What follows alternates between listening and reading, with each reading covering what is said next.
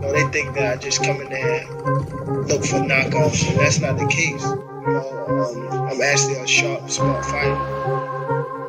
So, well, I'm here. Who wanted to fight me? I really don't care who's in front of me. I don't feel like no fighter can beat me.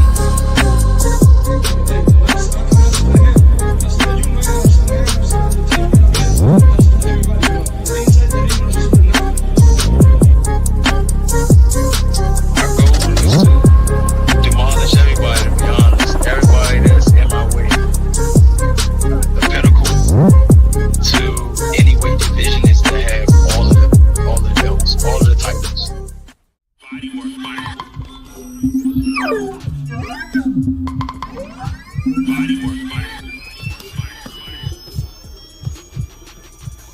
Welcome to Bodywork. If you're not in shape, if you're not on 100, Welcome back. letting the people that It's are- Michael I know you said Rogers. you're in the gym. Welcome to Bodywork Boxing. It feels so good to be back. I hope everybody's doing all right out there. You know, I wanted to double back and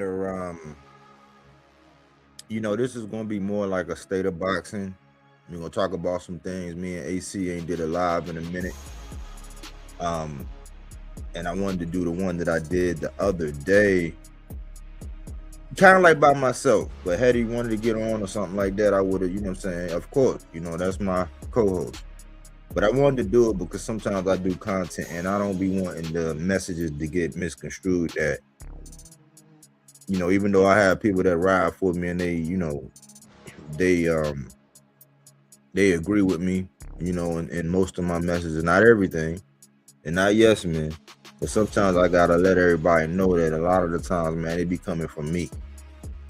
Because sometimes I might have to say something about somebody that I really rock with, or I might have to say about somebody that I know that they really rock with, and I don't want it to get misconstrued like that they're representing me or I'm representing them or whatever. So I did the 3-hour live, man, and it's wild because Roy, the things that I said in the 3-hour live where I broke it all the way down, I used so many different things, and you know, I illustrated so many different points using different sports and the direction of different sports and how fans treat those sports and how this is a niche market. And all I really got was a bunch of fanboys in their feelings, getting all emotional, talking about how the live was trash and all this. Delete. You bring nothing to the conversation, then you know your presence or your commentary is really not needed. And I don't care if people disagree with me, but you gotta have something. You gotta have some substance, not just raw emotions. Even in that live, I gave a lot of examples to balance out, to be fair, you know, to go against my own thesis, you know, and that's all we came up with was a bunch of people and their feelings. And I'm pretty sure I know who they were because I put up burner account friendly. I used that one. I haven't used that one in a long time because it does invite that kind of energy. It invites trolls, but we don't smack trolls in the head and all that. You know, we just sit them in the corner and make them take this verbal abuse by using the truth. With no further ado, I got AC in the booth. What's good, AC, man? How you been, man? How you doing, Brody? A shout out to SA Killer B's Frenchie Gang. Salute the Cookie Monster. Bodywork. Mic check. Sounding crystal clear. That's what I like to hear. Do the shimmy, y'all, shimmy, yay, shimmy, yeah. Give me the mic so I can take it away. Salute the Vesh Remy, fan 1, 2, 3, 4. I appreciate you being in the building, man. Gonna be in for a treat, man. We always dive a little bit deeper with this boxing talk. We kind of stay off the beaten path, but this is a hot topic right now because boxing is going through what I have identified as an identity crisis. And it's so wild because, you know, in typical pussy ass fashion, I had a couple people that come out and just did the antithesis. I seen the comedian from Florida. He pretty much came out and did a video today that was basically in contrast. He used the same, damn near the same thumbnail and everything. That's why I say I don't respect these. You can't be respecting these people that just because they got a whole bunch of numbers and stuff. These people be uninspired. You know what I'm saying? Because how do you just come out and because I do something like this, you're gonna come out and do the antithesis to that? It's just like when I came out and I put up a post saying that the Dubois and Fabio Wardley fight was, you know, pretty much it was like a heavyweight classic. It was an incredible fight. I mean, I don't know what more you asked. That gave me that old school vibe when we had the heavyweights and they had you sitting on the edge of your seat and you didn't know what was going to happen next, but you knew. Everybody knew that that fight was not going to go the distance. You know, and had it went the distance, I'm sure a lot of people would have won a lot of money. And out of all of that, he comes out and say it wasn't a great fight. Now, we do have our critiques and our criticisms and all that, but I also heard, you know, seen somebody come out and say a lot of y'all was wrong and now y'all know where to be found. And I'm like, that's just the state of boxing right now.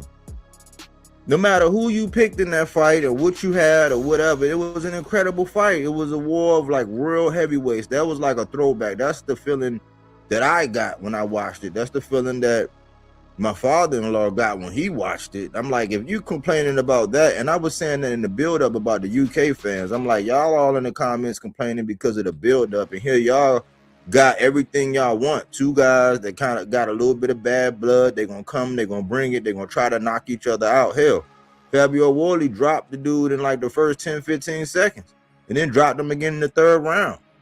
And Dubois kept his composure, got back in the game. And you know what I'm saying? Ultimately, he wound up ending the show.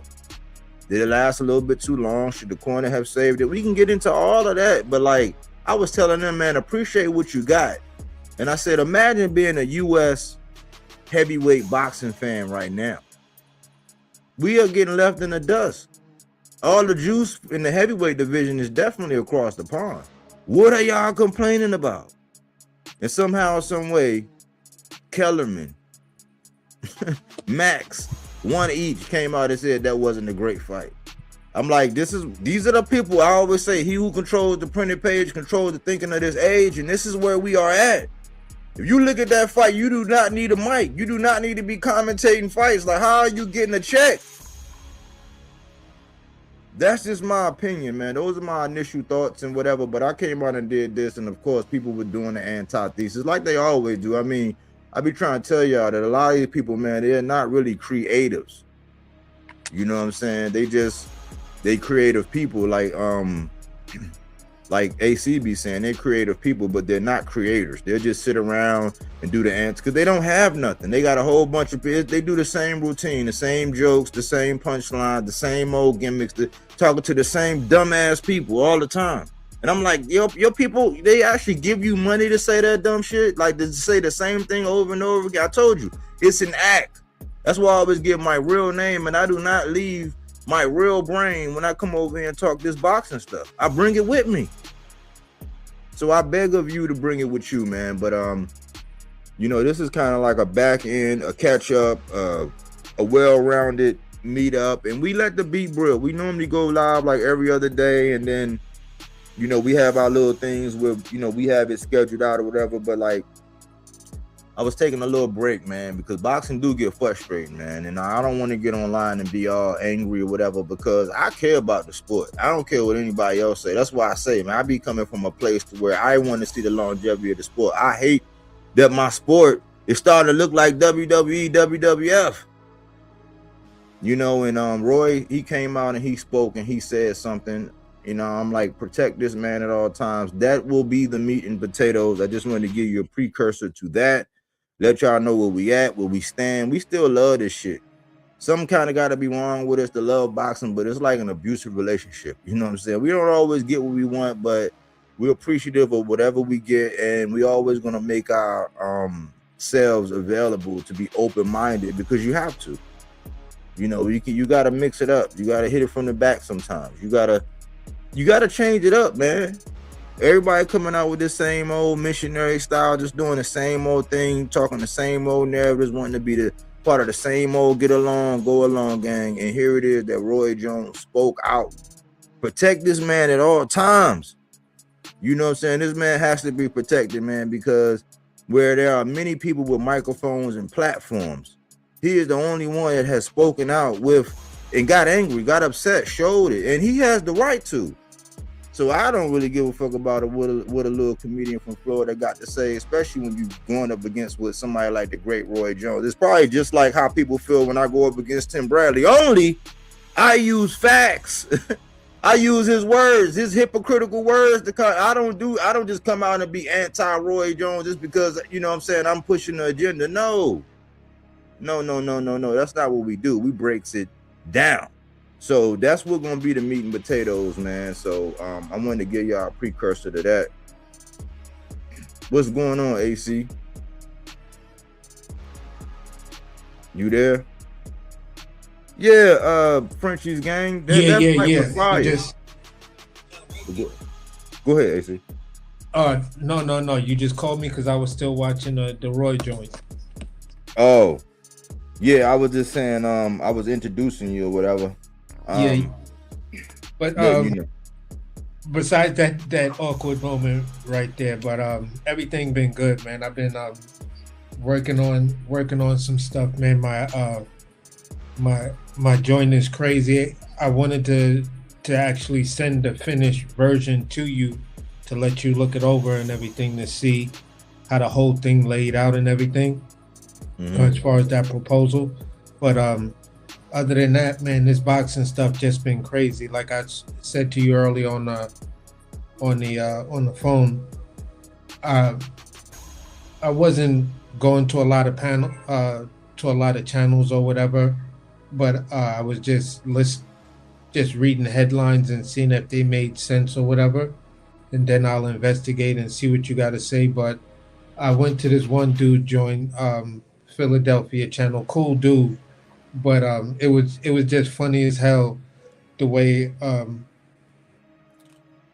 people are when you talk about certain things that actually relate to this. And I don't want to get ahead of it because now that I'm listening to what Roy was saying and everything, yeah, it applies to that Philly guy too. But I give him credit for this one. So yeah. That's where I land at. Okay. Yeah, we'll get into it. We got a little bit. I'm gonna go ahead and get into the housekeeping. Let's see. Let me get it up here. Let me see what I got. Number 1, Loma Chinko. Prairie dog retirement. I don't know if it was a Jim Carrey movie.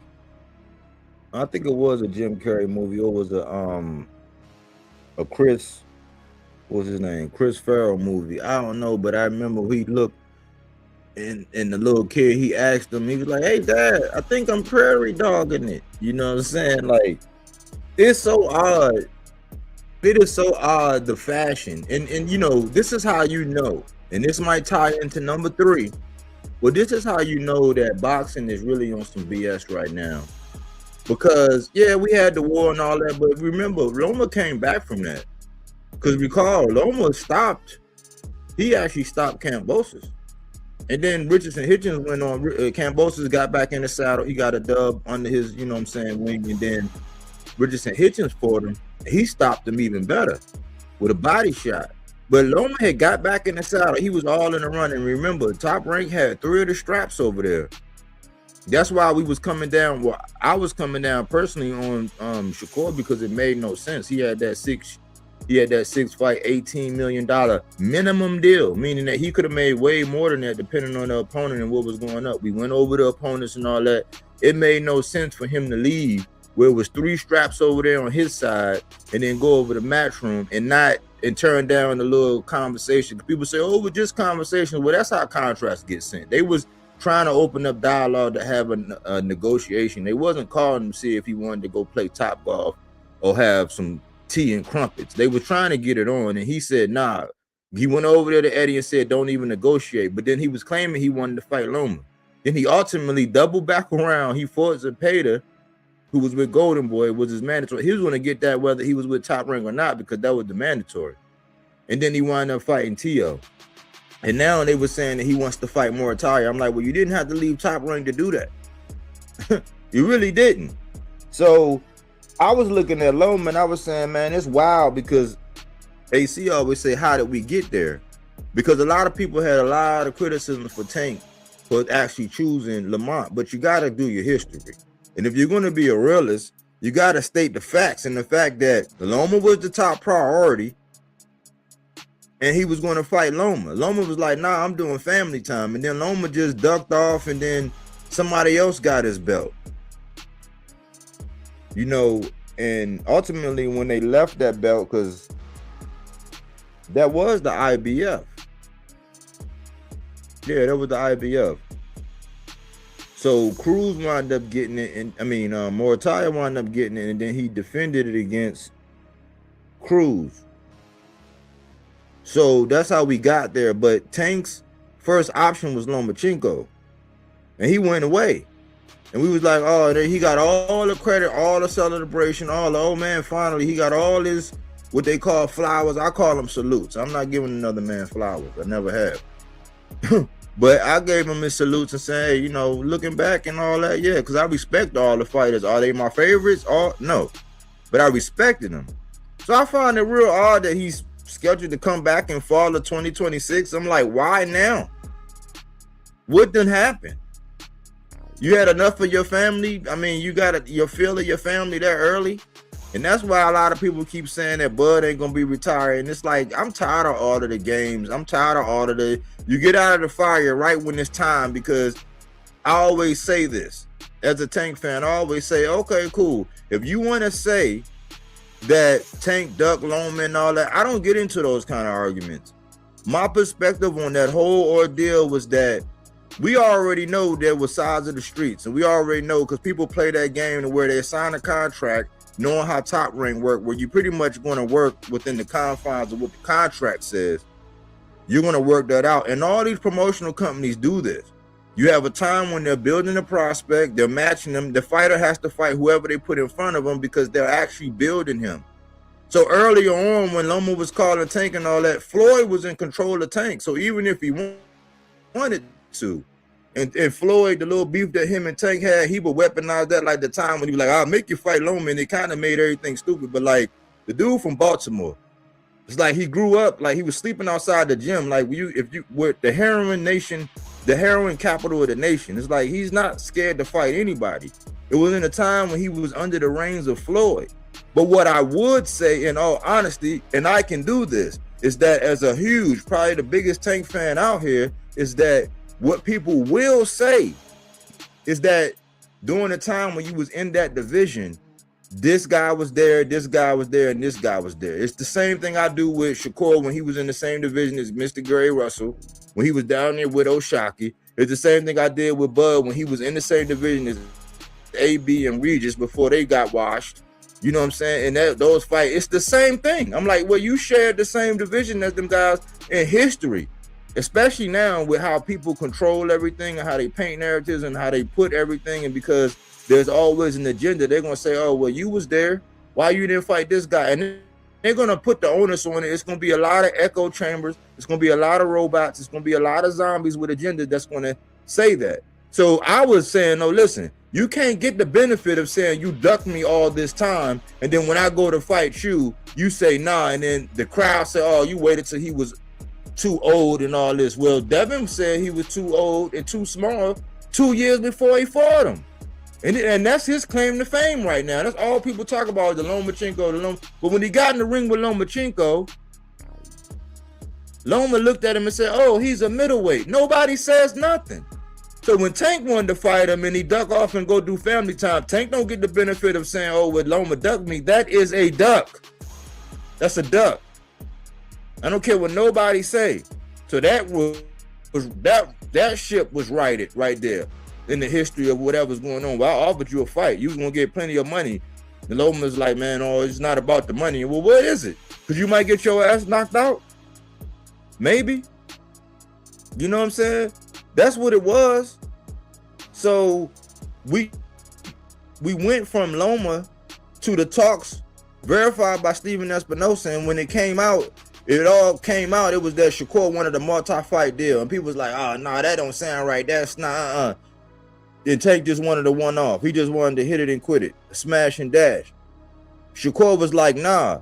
It was further cemented when you found out that he had a multi-fight deal with Eddie and them. So it's like, which one? But the knee pad wearing, throat coat spraying, tonsil jewelry displaying, reach around extending, using fans. I'm not going to acknowledge that. And here we are in 2026 when this guy been MIA. He been missing in action. Now you're going to come back in the fall and everybody going to jump right back on his jock strap. Nah, you prairie dogged it, man. If that's a duck if I ever seen one, man. So y'all can enjoy it, y'all can hype it or whatever, y'all can get all on it, but like, aren't y'all tired of these boxers playing us like that? I could see if you had something going on in your personal life, if you had something like you know, my guy, he's caught up in legal stuff and he's trying to come back and they keep announcing whether it's Pitbull or Mont Roach. I don't do all the day-to-day and all that. I just want to know when I get something concrete, something I can talk about and I can do a legit video, not just put his name up on something, not just make up some crazy title and say, oh, I heard that he went to the barbershop and he got an edge and yeah, he got a cut. No, I don't do all of that. If I got some actual factual, I'm gonna come out and I'm gonna do something real, something creative about it. I'm gonna speak on it in the way that we do it over here in Bodywork fashion. But this is crazy, man. And Loma need a lot of heat, man. People need to speak up because silence is consent. That's the mantra of the channel. So it's odd that in 2026, fall of 2026, Loma just popping back out now. And ain't nobody really gonna say nothing. They're gonna jump right on his nuts. Number 2, Crocker versus Liam Paro is set for July. I'm like, meh.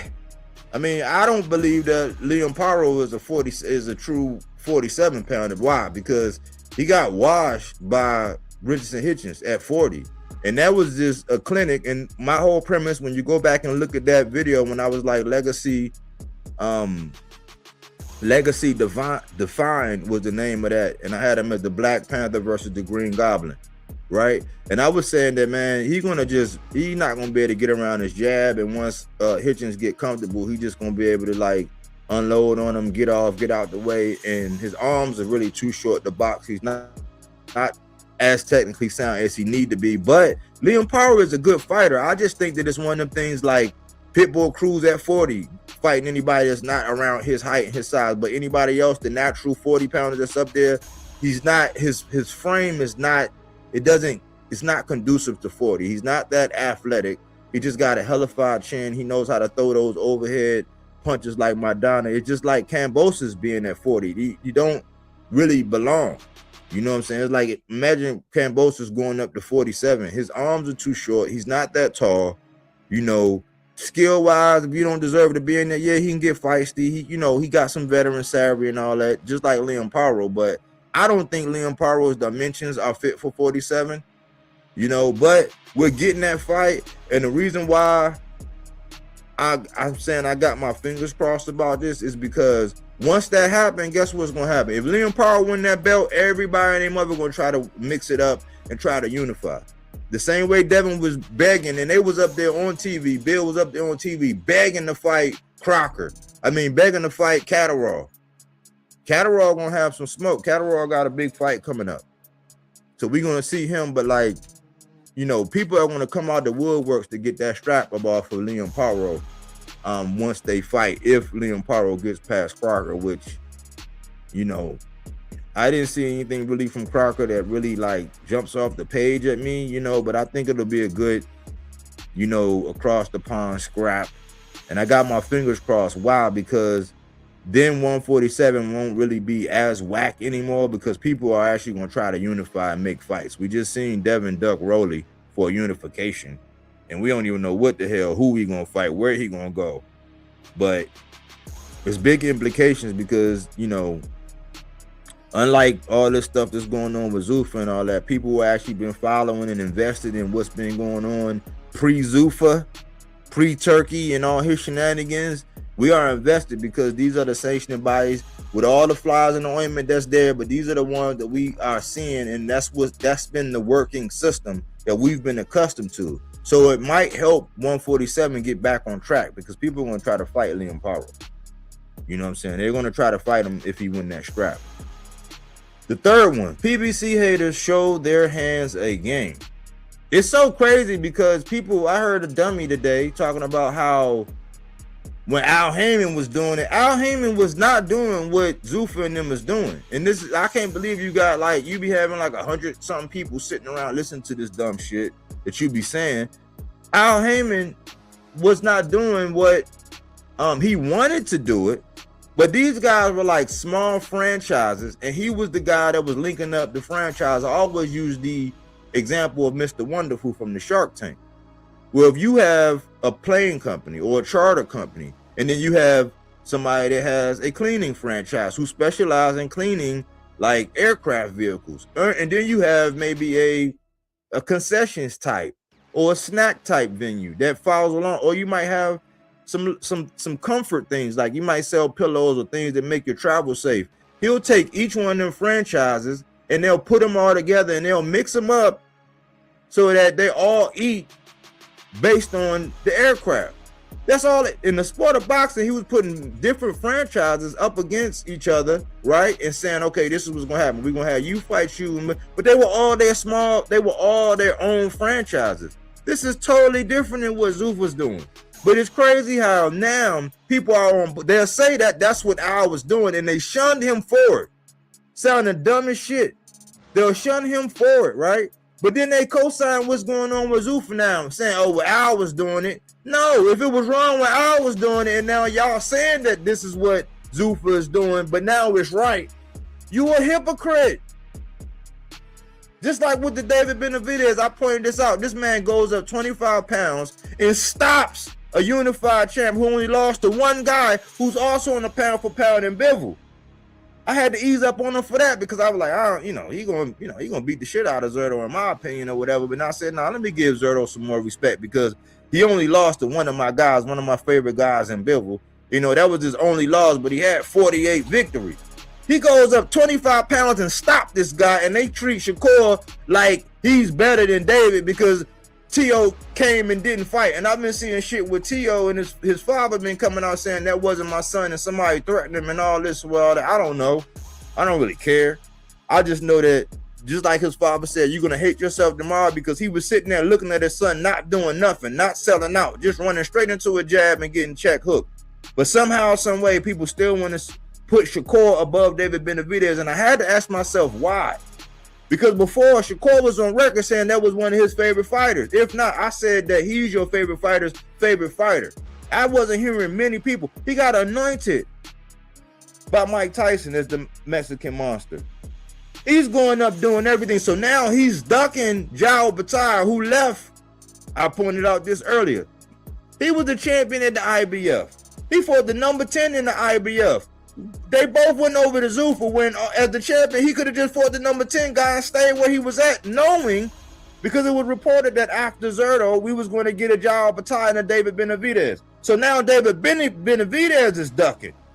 So I said, hold on, man. This man moves up and stops the guy because a lot of people knew pretty much he was going to win. They were looking at the stature and all that and saying, hey, man, this guy's pretty big, man. I don't know. He's going to win, but I don't know if he's going to stop him. He stops him, and they're hating. Moving the goalpost, saying this man got to go up to heavyweight, but ain't nobody saying that Shakur fully got to go up to 147. It's catch weight, catch weight, catch weight. Now, I did cringe a little bit when I heard David say catch weight with Bivol, but it's not that bad to me because I know that Bivol said he was going to go to cruiserweight anyway. So whatever fight they're going to agree, that's going to be a great fight. But they're going to agree on it because that's a fight that everybody wanted to see. That's a fight that was supposed to be made after Bivol beat Beterbiev, but guess who got in the way? Turkey. Said, don't bite the hand that feeds you wild because David Benavidez was with PBC, still is, and he got in the way of that fight because he didn't want that fight to go over there with the PBC. That is the common denominator, y'all. And everybody want to gallivant and trance and just jump all around and prance around all this. But this is the big black elephant in the room, pink elephant in the room. Let me change that. This is the big pink elephant in the room. People are always going to figure out a way to shit on the PBC, and it's crazy. It's crazy. I just gave y'all an example about the Zuffa versus the Owl, even though Owl wasn't doing that. He was trying to do something similar to that, but it wasn't the same. But you'll have these dumbass creators come out there and lead you by the nose and tell you, open up your mouth and say, and you're going to be like, and they're just going to put whatever they want in there, and you're going to walk away, and you're going to echo that. You're going to repeat that. You're going to regurgitate that. Like good little zombies. And that's not the case. The big thing is they always have a bullseye on the PBC. They can't do nothing right. Like now, people are coming out the woodwork hating on Earl coming back. Why? Because he with the PBC. They hating on Tank. Why? Because he with the PBC. Jamel can't get a fight. Why? Because he with the PBC. And when they talk about these things, you got to just sit and look at how everything changes when they go from this fighter to that fighter, or this promotional company to that promotional company, and how it always stays the same. Never give people from the PBC credit. Even when you got a guy like David who's doing everything. He just took over Cinco de Mayo. He slow merged over into Canelo's lane. Stopped the dude. Went up 25 pounds. And people arguing whether or not where he at on a pound for pound, and they arguing that he needs to go up and fight Usyk. But they don't have the same energy for Devin, who need to be at 54, or Shakur, who could probably do what David's doing at cruiserweight in 75. Just go back and forth if skills pay the bills. But they don't. He who controls the printed page controls the thinking of this age. And this is what we're dealing with, y'all. These are the things like, and I ain't gonna say, because there's some things that I've heard and experience. Just I'm not like, I'm like 90-10 when it comes down to PBC. I don't agree with every single side. There was some things that made me cringe, you know what I'm saying, along the way. But overall, when you look at the big fights, who made the biggest money, like all that, like Canelo was saying he loved it before he went over there to Turkey. Like everybody was saying that David is loyal, but loyalty is the, and then they use slave contract. That was the last thing. They'll use a slave contract over there with Al, even though they say it's never been a top-ranked diet. They don't say a PBC diet, but they do say a top-ranked diet. But then now everything that was going on with PBC was a slave contract. Yet they're co-signing this shit with Zuffa, to where Roy Jones just came out and spoke and said, you ain't gonna have your own image, likeness, and all that. They're gonna own all of that. Once they get you over there, you're gonna be trapped. Look at the UFC fighters. Look at why Ngannou was trying to get over there to boxing, and why he ultimately came over to boxing. Why he fought Fury. Why he was initially talking to Wilder. Why he wound up fighting why he wound up fighting AJ. If it wasn't an issue with them guys, why all them guys was complaining and all that? This is the same guy that's running Zuffa, and everybody is mum. But if it's anybody with the PBC, there is an unwritten rule. There's a law. There's a code where they can't really give them guys any credit. Shit on them by any means, in any way, in any shape, form, or fashion. That is the housekeeping, y'all. What you got? What you got on that, AC? Well, I'm gonna just pretty much speak on the Loma thing, and with the Loma situation, it's looking like something I had said is actually growing some sort of legs as I've been looking at it. Remember back when I was saying, the type of people that I could honestly see signing to Zuffa and going over there, because then it'll be safe. They could have all of these safe fights and not really face any real competition, and everybody's gonna talk about X, Y, and Z, how great they are. I said Devin, Shakur, those are the two dudes that I mainly mentioned and stuff like that. Loma coming back. The way that article reads, man, it reads like Top Rank probably gonna reach out to him. But if Zuffa reaches out to him, he gonna go over there and sign with Zuffa, because then it's another supposedly big name that Zoof is going to offer a whole lot of money to come over and make these so-called big Zuffa fights, which it's like, yeah, against who?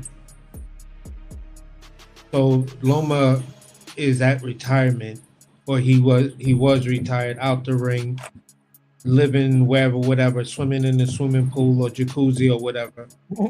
Um, Now he's coming back, and like, who is Lomachenko gonna seriously fight? What weight class is Lomachenko gonna come in at? Like, if you really think about it, where Loma is right now, he's not gonna get in that ring with Abdullah Mason. He's not gonna get in that ring with any of those tough ass 135 pounders. You go down to 30, he comes back at 30. The first person that's gonna probably run to get that fight is Oshaki, just to get the payday off of you and to have that name on his resume. You know what I'm saying? That would make sense to me. So he's an old man in boxing years with a bullseye on his back. So I'm 50-50 on him coming back. I can see if he's coming back. I see him going straight to Zuffa, going to Top Rank. Who is he gonna fight? And Top Rank is not gonna pay him big money to fight nobodies like Zuffa will. So that's the way I see it. Let me touch on that real quick. While I got you here, Loma. Only way I would really like it is if it's Moritaja, which I don't think he was gonna fight because he would have just fought him, you know. And I think now with the experience, especially with Moritaja having gone up against Andy Cruz, I don't think he'll fight Andy Cruz. He might, but Tank or Mr. Gary Russell.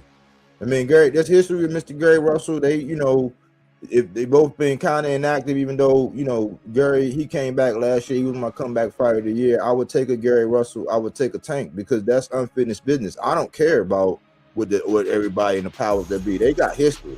For years, they were saying, oh, Tank is ducking and this and that. And they played that game and the media, you know, publicized it and made it all shitty, you know what I'm saying? And nobody really was checking them because they just wanted to ride the clout and say, yeah, and all the Tank haters get to, you know, put in their nipple rings and, you know, it earn their beads, you know. So I would take a Moritaja, I would take a Nishaki, I would take a Tank, and I would take a Mr. Gary Russell. Okay.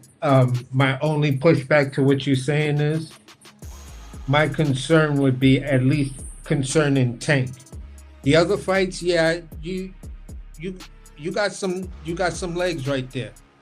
But the fight concerning Tank, my only issue would be if that's the fight that's set up for Tank's return. You feel what I'm saying? This is his fight when he's coming back. He's announcing that him and Lomachenko is picking up right where they left off. You feel what I'm saying? Because Tank comes back and he gets the does this thing. Let's say he does Lamont Roach and stuff like that, and then Loma. Does he get the same impact credit as if it's his first fight back, rather his second or third fight back? That's the question I'm asking you.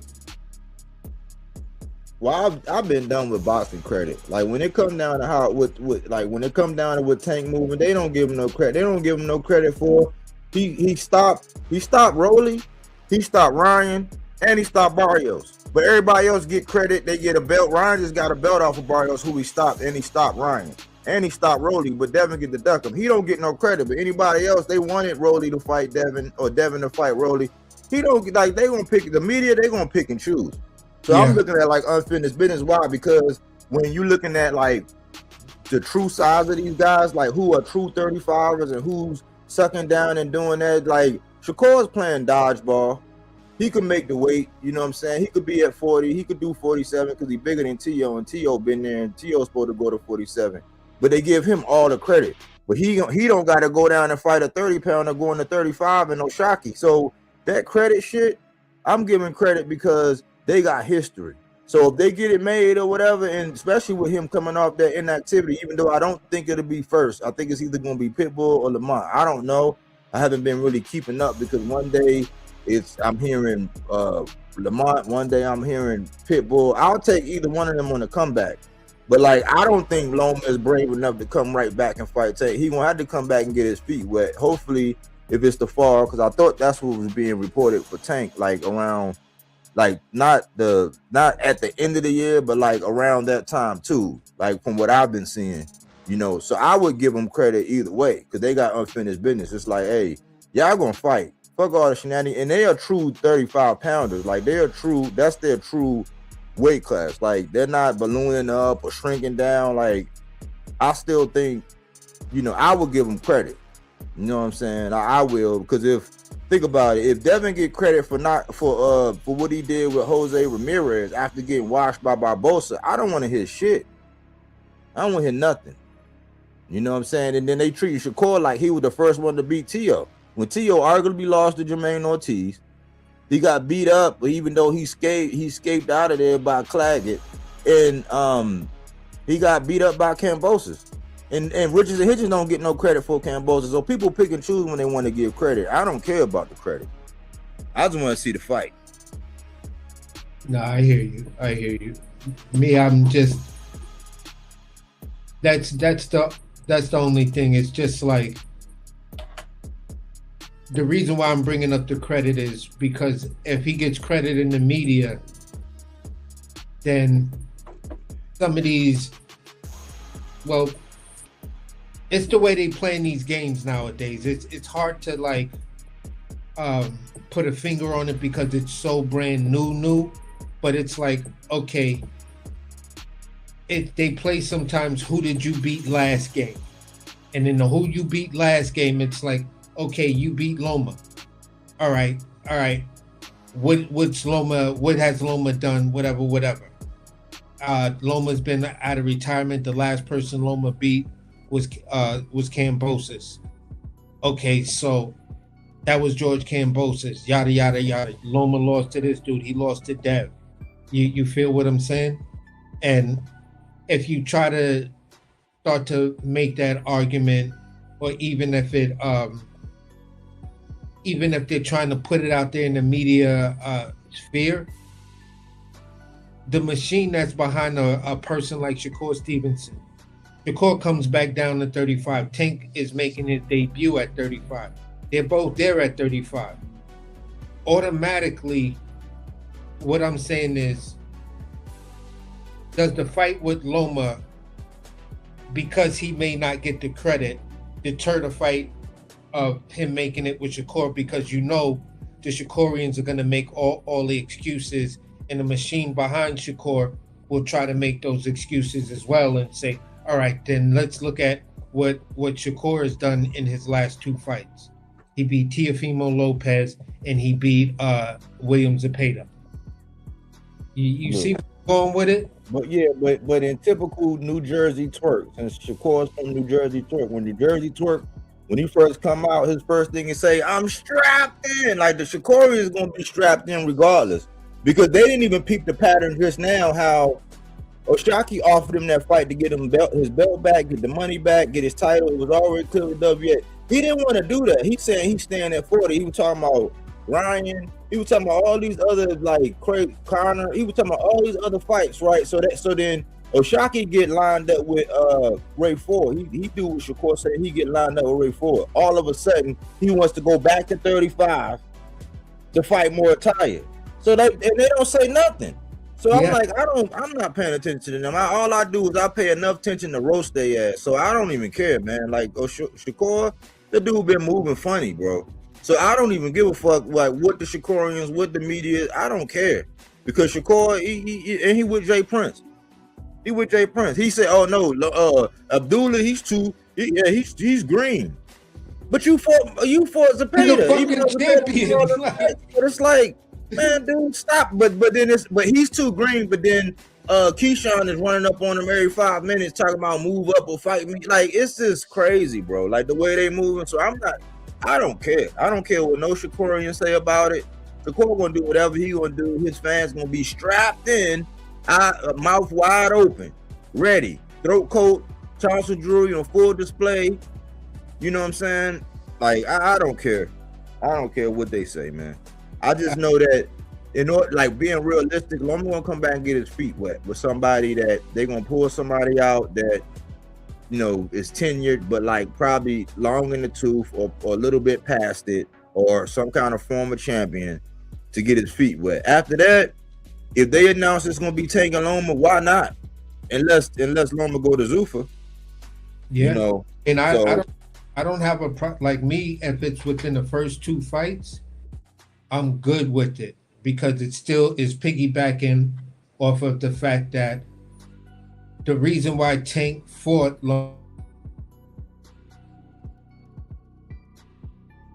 you cut out AC.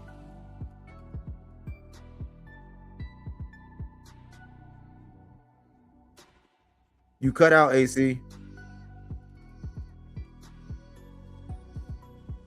but it sounded like, yeah, we never really got past the offer stage because these people were playing games. You know what I'm saying? We couldn't even get to the point where we're drawing up term sheets or whatever. You know what I'm saying? Because they played yeah, no, that's my business phone, and I got my legal phone, and then I got my gym phone, and then I got my, you know, I'm just a person that got like maybe 10 or 12 phones on me at any given time. So yeah, it all depends on what number you called, which is the right number to reach me. So it seems as though that's the way it is. We're trying to fuck with them, although we heard something a little bit more detailed in the fact that, yeah, we're trying to make this fight with you, bro. The one fight deal, it is what it is. This is what you said you wanted as well. So it's just, man, I'm just a little concerned with just this, in this era, the weird ass excuses that'll be put out there that will immediately become acceptable. And then when you try to say something about it, just like I was on that other panel and I was talking to a heavy Shakorian, and I was like, bro, how are you gonna say whatever? If that man go back down to 35 and he don't fight Oshaki, that's a duck. You know what I'm saying? And he's like, how is that a duck? I said, simply because he offered him that belt back. Now he's gonna wait for the winner of this fight and then fight that guy and then go all through this roundabout to get a belt back at the weight class where you said you don't really want to deal with the belts or the sanctioning fees, but you want another belt. You said for Zepeda, he can keep that belt, not Zepeda, Mortaya, he can keep the belt, you just want the ring. So yeah, that's to me, that's exhausting, because really when it comes down to Shakur, man, and I hate it, because I like Shakur. I just can't stand this. I can't stand what he's been doing. I can't stand how he's been managed. I can't stand how the media has been just excusing away things that they roast everybody else for. That's my only gripe. So if you're gonna move proper. Like I heard this, and we'll transition after this. I heard this. I heard a dude say, a popular guy, he was saying that it wouldn't be right that once Zepeda and Roach fight, if that's what it's gonna be. That's what I've been hearing. I've been hearing that, but then I'm like, is it gonna be Tank versus Roach, or is it gonna be Tank versus Crew? I don't know. But they were speculating that it was going to be Roach, and I'm trying to wait until they put it in concrete. But after Roach, the winner, if it's the winner, then he was saying the sanctioning body is going to get in the way, and that's not fair for Shakur. I said, see, this is that political bullshit that y'all do. Why? Because before Cool Boy missed weight, they had already scheduled for I Know Baby. Tell Shakur I Know Baby. What's his name? What's that Cuban dude? He's over there in Dubai. He got a high knockout ratio. Herrera, is it Herrera? Yeah, JDR. Yeah, they had already said that they already said that the interim strap was going to be for him in that fight that he already took. He already beat that dude. Like that fight was scheduled, so that fight happened after the Shakur and after the Oshaki and Fulton fight. But they had already scheduled that and said that was going to be for the interim. When Cool Boy missed weight, they changed their mind. That's why I said, where was the outrage back then about the sanctioned bodies doing that bullshit? That's why when Oshaki found out that Shakur was like, I'm not going down there to fight him. I'm glad Oshaki put his business first and went back to his proper division where he guaranteed to get the fights that he need to, the Navarretes or whoever's down there to unify and all that. And he happened to get a big fight with Ray Ford. I'm glad that he said, fuck it, and let it go, because then it went back to JDA Herrera. But he was saying it's going to be unfair if Shakur can't come back down and leapfrog anybody. It's like, you can't pick and choose, bro. You kept saying, bro, I'm just tired of Shakur, man. Because it don't make so. And how you going to say that's unfair? Because they had already said JDA Herrera was going to, like, the winner of that fight was going to get the interim anyway. Yeah. So he want to come in and bogart. It's just like the shit we hearing with Bud now that Boots and Xander got all this. Now we keep hearing all. It's like, ain't you retired, bro? Go sit down. Get out the way. Like, so that's where I'm at with them. That's just how I feel about Shakur right now, man. Like, I don't respect it, man. Like, your skills, you do have skills, but like, that was my whole life the other day. My whole life was about that the other day, and how you want to be great. You want all the things that come along with being. This is like everybody wanted Tank Spot. They want everything that came along with Tank Spot, but they didn't want to be put under the same microscope and under the same scrutiny and under the same standards that Tank was. They just want everything that came with it. The fame and the glory and everybody saying whatever, but they don't want to do what he did. So that's where I'm at with them. I'll be battling the media and whatever like crazy ass shit they come out with whenever they do it, and I'll just be frying their ass on their double standardisms, if I can make up a word, when they do it, because we know they're gonna do it. Just like Max saying that Fabio and Dubois wasn't a great fight. Yeah, but he said Shakur versus Teal was a great fight. Exactly. I'm like, okay, that's crazy work there, bro. You know, so Max is just those. They're just gonna be who they are. It's, you can tell that they when they get the speech orders to say what has to be said, they don't have a problem saying it, and they'll go right on cue, and then, you know, have you believe in what it is. You know what I'm saying? Arguing about who belongs higher on the pound for pound list, David Benavidez or Shakur Stevenson. I was like, you really had to ask that? Yeah, but I got one more for you. I got one more recent one. You know, Sugar Shane just pretty much stopped Bodywork, right? Yeah. Why are they acting like he was the first one to stop Bodywork? It was a guy named Brandon Adams, who's been looking for a fight, who already stopped. But they acting like, but then again, they not going to give nobody no credit. Like, that's what I'm saying. They hyping that up, and that's everywhere. They blast and salute. I was proud of the Mosleys, like the family tree, like the grandfather, the father, and the son. I was godly proud of them. But it's like, I see through the bullshit. It's like, we can't, like, come on, man. Y'all acting like, first of all, Michael Fox just beat the shit out of Bodywork and got robbed on the scorecards. We seen Bodywork did beat Virgil, in my opinion, in our opinion.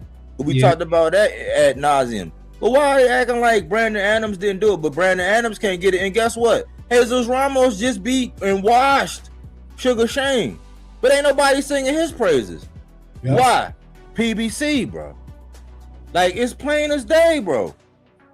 Like, it's an agenda, man. It's like, this is like, everybody don't keep it. If you just kept it boxing, but they didn't want to do that. They don't want to do that. So I just thought that was interesting. Mm-hmm. So what's this meat and potatoes about? Okay. The meat and potatoes. Let's get into the meat and potatoes. Well, but hold on. Let me get you. I ain't hear your thoughts on Crocker and Paro though. Before I move on, that's the last thing. I'm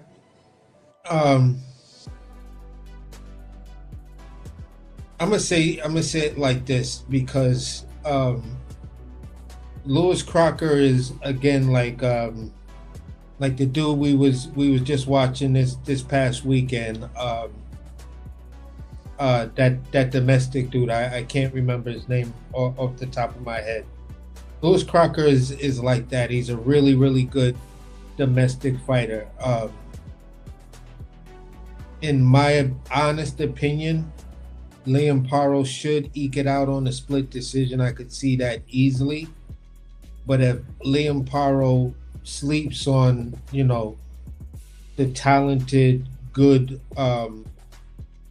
a local fighter in Crockett, then here we go with another situation to whereas one of these semi-low level names takes out another big name.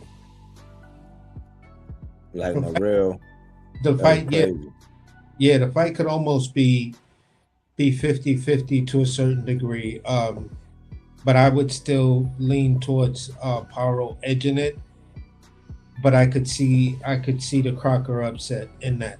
If the media would accept that Lewis Crocker beating Liam Paro is an upset. Okay. Yeah, I just wanted to hear your take on that. Okay, well, yeah, let's get into the meat and potatoes. Take this down. So the other day, it wasn't a rant. It was more like me letting everybody know that I've been watching, I've been paying attention, but I've also been in the lab. I've been cooking up product. I've been coming up with ideas or whatever, and I get tired of feeding people. I get tired of inspiring people. I get tired of people looking at what I do and then coming out and doing the anti to what I'm doing. So I was like, I'm gonna take a little break for a second. I'm gonna clear my head on this a little bit. And then the other day, I went in and I was talking about, Tim Bradley and how he was on vacation, co-signing the Zuffa takeover. And I'm like, are you for sale? Do you want the same check that Max is getting, Tarver is getting, Andre Ward is getting? Do you still want in on that? Because you on vacation, bro. You got money. You in the Hall of Fame. You got bread. Like, you're not hurting for change. You're not out here like how AB was before Dean saved him. Why are you saying this? Why is that so relevant? Why are you coming out co-signing speculation? And then I was sitting there like, why is everybody like so excited and happy about this? Why? One, because the people that are affiliated with Devin, they're gonna get some bread. It's the same reason why people keep saying we need Wilder back. It's like, no, you want to make money off of content because Wilder come back, but you don't care about Wilder because if he was in there with Dubois and Worley, he would have got washed. But I was looking at Tim and I was saying, why are you co-signing this Zuffa stuff? Why are you on board? Why are you sounding like you was happy that the government is passing this stuff, knowing that we just went through this with Turkey. We went through this with Triller. We went through this with Black Prime. Mikey Garcia hit a lick. He got $7 million from one of these companies. I think it was Triller. We just got paid off of it. That dude, what was that little dude? Like that little dude who, what was his name, man? A little annoying cat. I forgot his name. He was getting fights and then he wound up getting hit and act like he went out on a stretcher. He got a little funny name. I think he ain't from Russia, but he from across the pond. But he did it. Like everybody was hitting a lick on all these new companies when they coming in, they throw all this money around. And we just went through this. We just said, I said, man, that's why I was getting on the TBV and all them, because they pretty much sold boxing fans up the river because they got volume. And they got they like 7-Eleven. You can just go like 7-Eleven, McDonald's. They there all the time. They do this, whatever, but it don't mean that it's the healthiest for you. But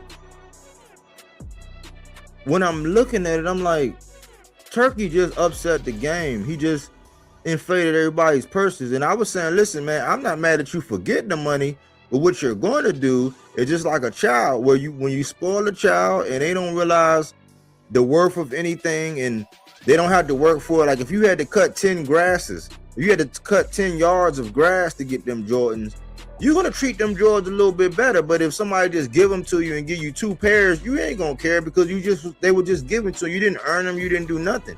So we just went through this with Turkey, and we seen how he kind of put a dent in the market at the expense of not making a profit, which is totally contrary to how me and you think at the very minimum, because we are business oriented people. We're like, nah, man, that don't make sense. Like, we got a business. Like, we looking at it from business owner perspective. Everybody else looking at it like employees. They looking at it like, oh man, I wish somebody would give me $100 million. But it didn't make no sense for Tim to say it.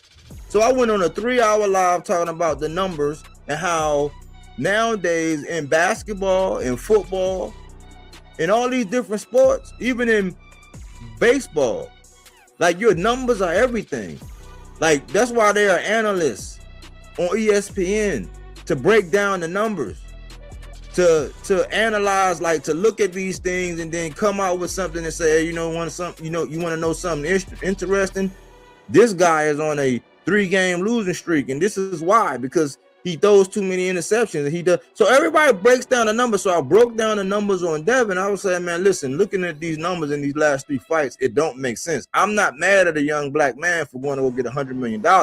You're never going to hear me at the top of Mount Kilimanjaro saying, hell no, don't pay him. That's truly hating. I'm saying, no, if they stupid enough to give you the money, take it. But at the same time, when you got a Hall of Famer who didn't fight like that, he didn't move like that, he didn't conduct him. Maybe at the end of his career he moved like that, but like at the very end, he wasn't moving like, why are you co-signing this bullshit about the 100M?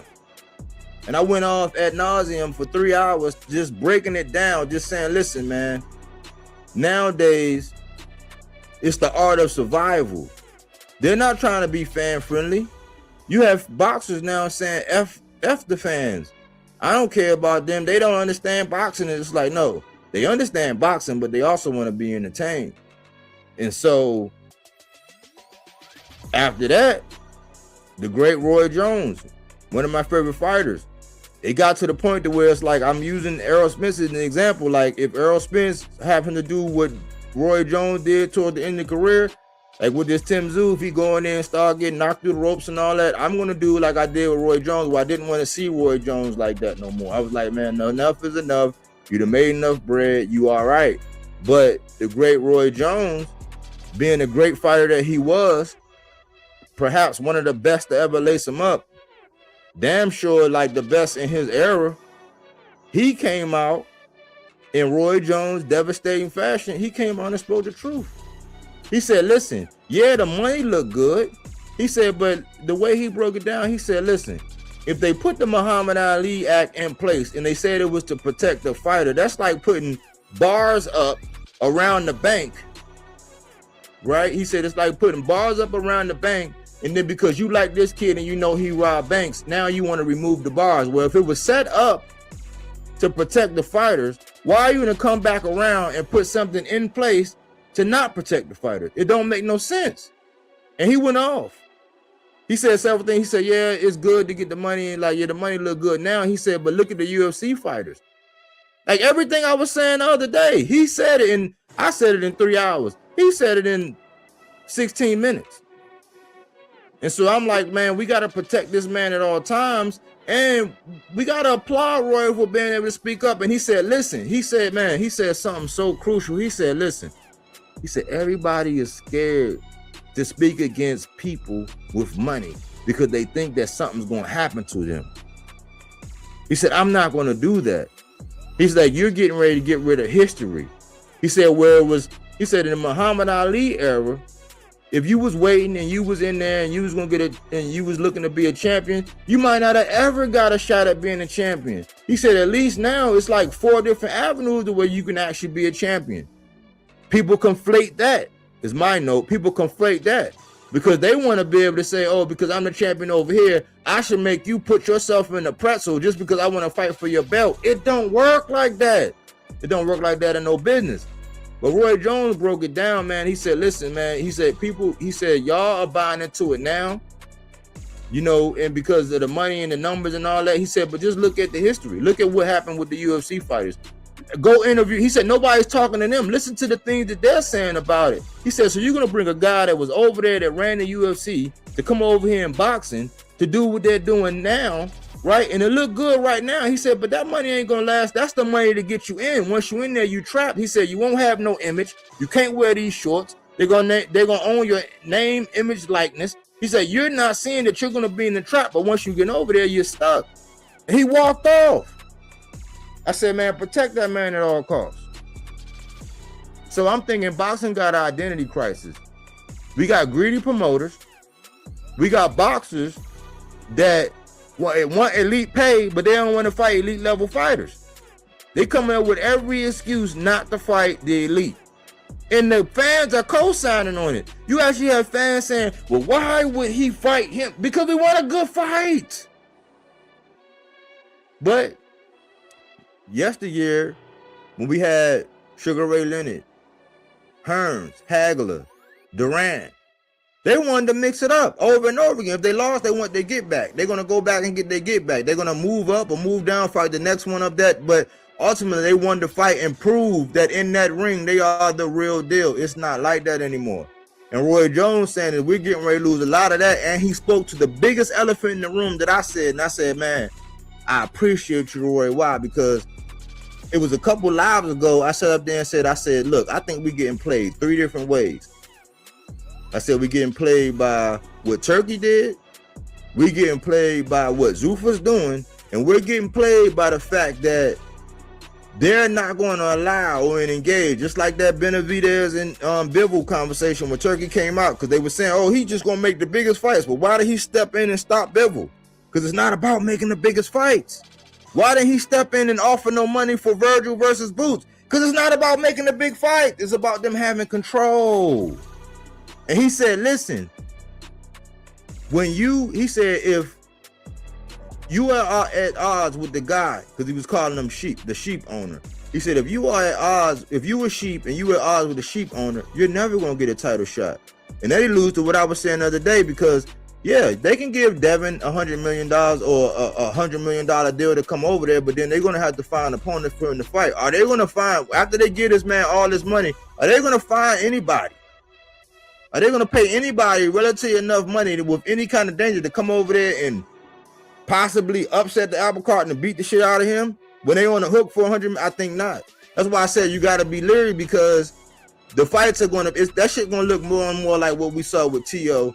and Shakur. So where it's like, we know T.O. got more ability than that, and now the truth is coming out. Just like Kovalev when he said he took a dive against Canelo. After he had caught Canelo, then all of a sudden, the same shit that happened with Caleb Plant, winning all the way up to the 10th, 11th, then he fell down, he got up and was looking all stupid or whatever, knowing that the Mafia told him, hey man, yeah, you could win this fight, but I wouldn't win this fight. Wink, wink. We're going to see a lot of that. Roy Jones alluded to it. Roy Jones alluded to that. You know what I'm saying? So I'm saying protect this man at all costs, and all these pussy ass dudes out here just talking this boxing and wanting to be, you know, saying because of Zuffa and the check, and knowing that they might be able to do content or they might be able to get an interview from one of these fighters and they're not speaking the truth. That's exactly what Roy said. That is the meat and potatoes.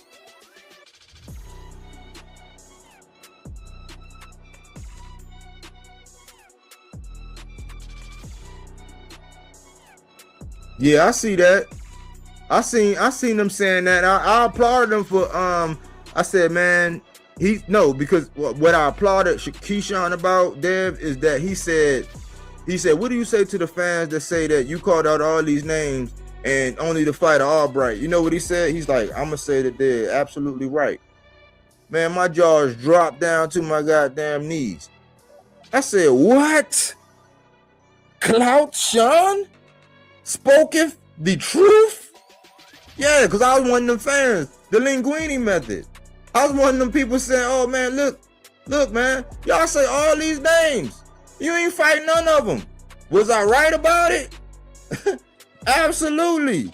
So I was glad that he said that, but then I know that's why I said when it come down to Jay Prince, I said you gotta look at Jay Prince. He got Keyshawn, he got Abdullah, and he got Shakur. Look how Shakur moving. Look how Keyshawn moving. And then look how Abdullah moving. I don't understand it. But I believe it. I believe it because they know that at home he can fill up that stadium. He can fill up that arena down there in Virginia. So it was a matter of him keeping his relevancy until they get, until they figure out the best match or let some things figure out and then match him with somebody else. And they just used the fact because they had to like toss Nair or something, especially with how he performed with the Ghost. So I said, man, I'm not jumping for joy for this fight. And I think that it could be a banana peel because I just heard Crush say this too. And I said it before too. If he don't do what he got to do, and look stellar, it can backfire on him. If he go in there and he fuck around and get a draw, they're going to say he regressed. If he don't knock him out, yeah, he getting ready to get that tank treatment. So where he can box his ass off, but if he don't stop him, yeah, he going to get the tank treatment with all that shit he be talking. So I believe him. I kind of believe him, oddly enough right now, but I was proud of him for telling the truth. I'm like, hey, man, you keep telling the truth, you might win me back over. Now, I will say he do go in there to trying to hurt you. He ain't going to try to go in there and patty cake, so I do give him credit for trying to actually hurt the other guys. He ain't in there trying to fence and defend, and you ain't got to worry about him only throwing 70 punches and not doing nothing to get out of pocket. You know what I'm saying? Like, to get, he's going to go in there and fight. That's what I do applaud Keyshawn is. He is going to brawl with you. He is going to swing them things, but, I believe him. I believe him that he didn't really want to do it. You know what I'm saying? I believe him because it's not right where he at. He could have got somebody better. And somebody else said it. Who was it? Who was it that said it? They said it was a step back. Tito. I think Tito Mercado said it. He said it was a step back fight. And right now, Nair Albright, he gained me as a fan. He won me over as a fan because I didn't see him doing that with the Ghost. So I'm like, hey, man, I kind of like Nair. I like him, man. I like the underdog story. I like how he moved. But Tito said you don't go from a guy like Jermaine Ortiz who shared the ring. Even though he didn't win, he shared the ring with the guys that T.O. He shared the ring with Loma. Arguably beat Loma. Definitely, in my opinion, he beat T.O. It was just the business of boxing. You don't go from stopping a guy late like that to go down to a guy who people don't know in Nair. No shots, no disrespect to Nair. Like I said, I'm kind of like a fan now. I like his story. I hope he do well. I like the fact that he got a daughter and all that. He feeding his family and the story. I like all of that, but like you don't do that. And I do think it was a step back. So and Keyshawn know it was a step back. So if he don't look good in this could backfire. If you stop him in devastating fashion, they're going to sing his praises. Those are my thoughts on that.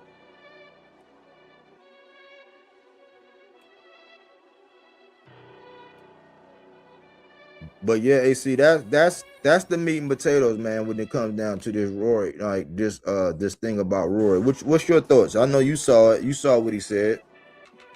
Yeah, for me, I appreciated everything he said because those were some of the same talking points that we were talking over here, and even prior to that live when we were just talking about it, like the business model is going to start to reflect itself, and just from what it is right now, it's just weird that those Zuffa guys, not the Zuffa, UFC guys, have been for years since Conor McGregor have been trying to come over and make big fights in boxing and stuff like that.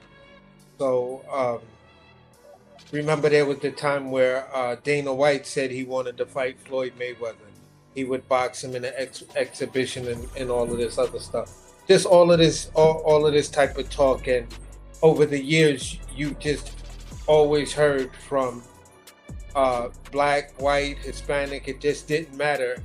Race didn't matter when it came down to many UFC fighters complaining about their pay and schedules, and if they're injured or want family time, they could be benched and all of this weird stuff that Dana and them had going on. So the thing that I appreciated um, the most was one of the things where he was like, look at Conor McGregor. In one fight, he made more money than his entire UFC career by coming over to boxing. And then if you follow that trend, look at Anderson Silva, all of those guys who made all of that money in one fight with just fighting Jake Paul in an exhibition boxing match. So yeah, everything he said has legs. Everything he said was right on point, and it was like, yeah, that's what's up.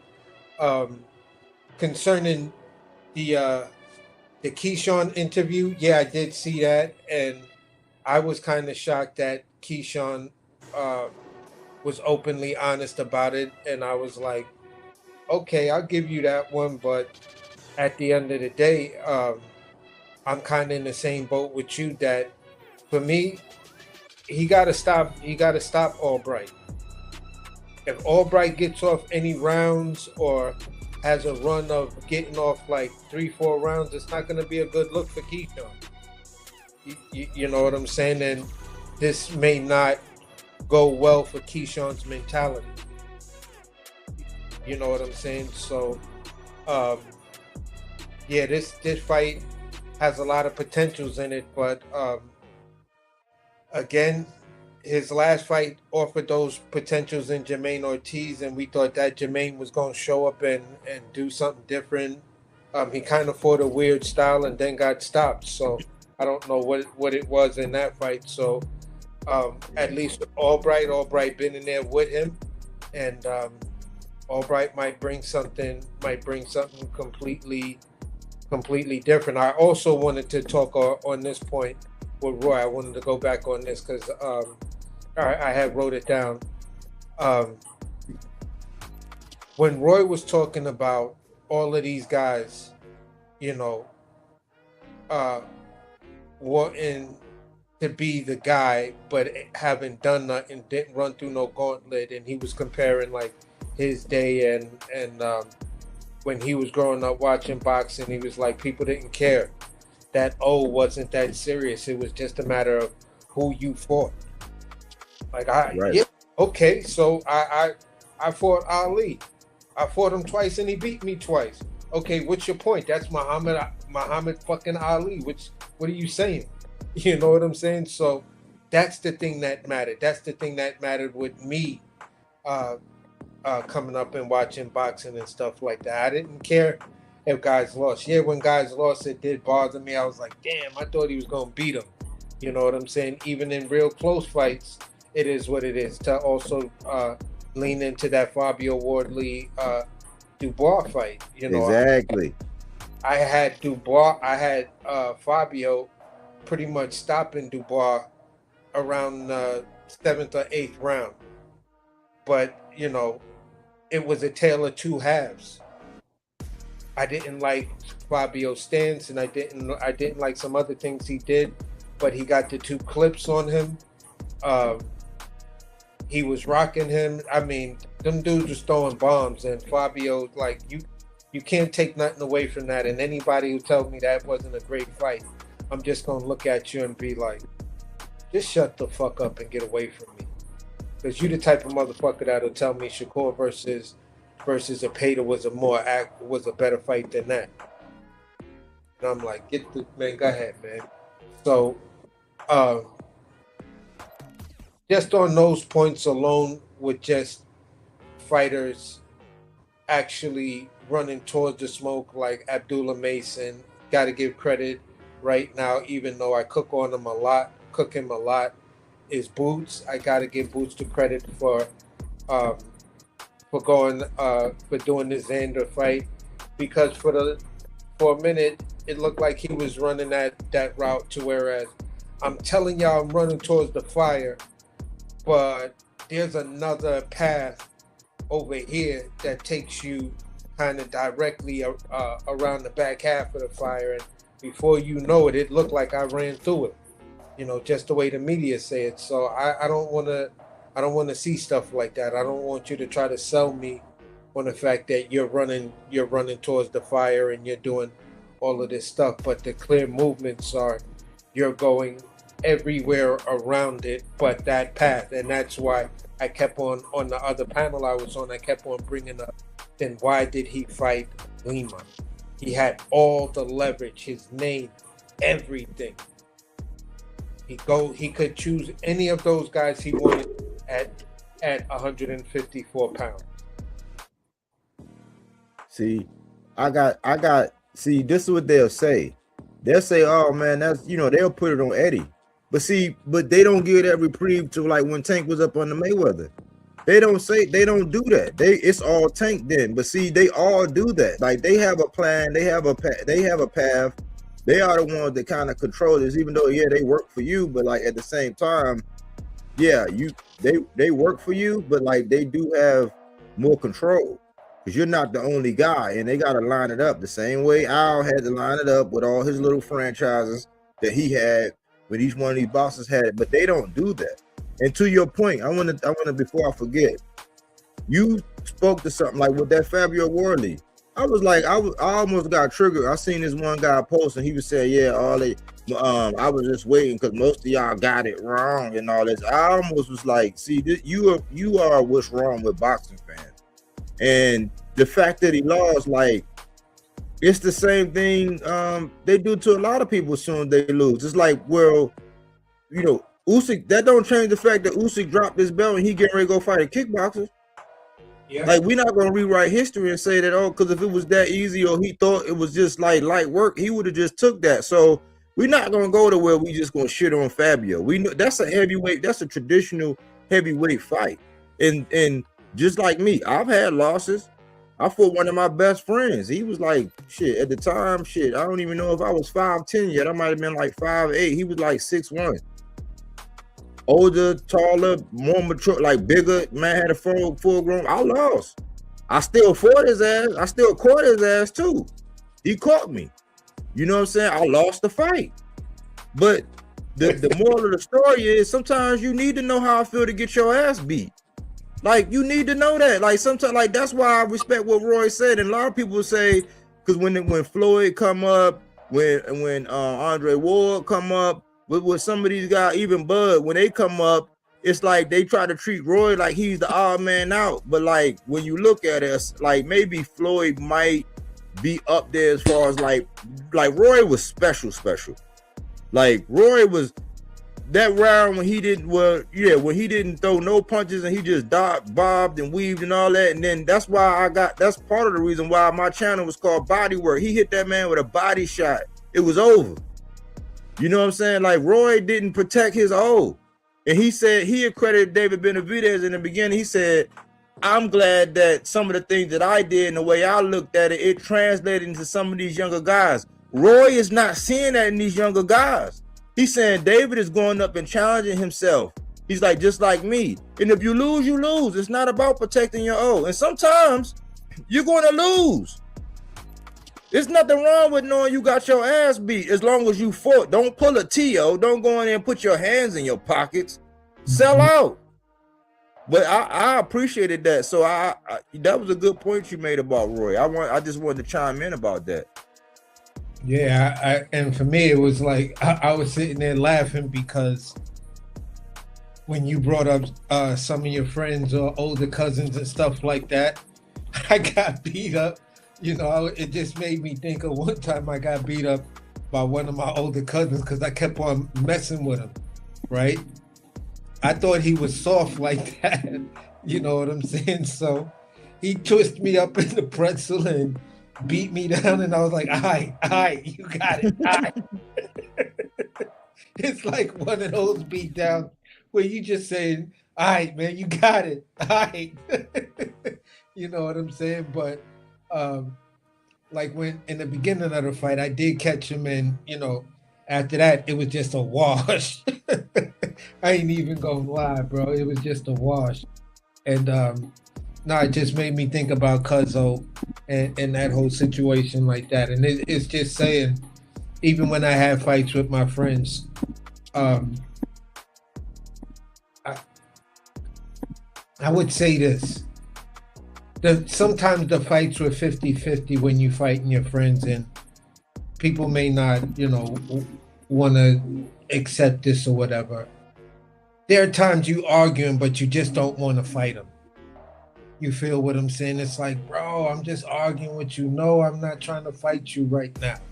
You know what I'm saying? So y'all get into it. He wins. It's like, you happy now? You won the fight. So what? Like, it still don't change the fact that what I said to you earlier is still the way my mind works, and it still ain't gonna change nothing. So it is what it is. So in boxing, that's the way it is. In business decisions, as long as you make the effort, as long as you put your heart in, and you go through it, it's like, why train? And this is another thing Roy was talking about. Why train for 3 months in the gym, 8 to 10 hours, running, dieting, stressing yourself out, got me going through the motion and thinking of a game plan.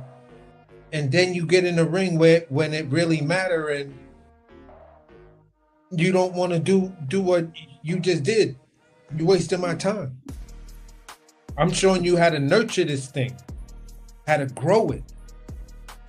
You want me to plant the seeds, and now I'm teaching you how to grow and nurture. If you're not trying to nurture it, then why did I plant the seeds? And it's just like Roy was on it.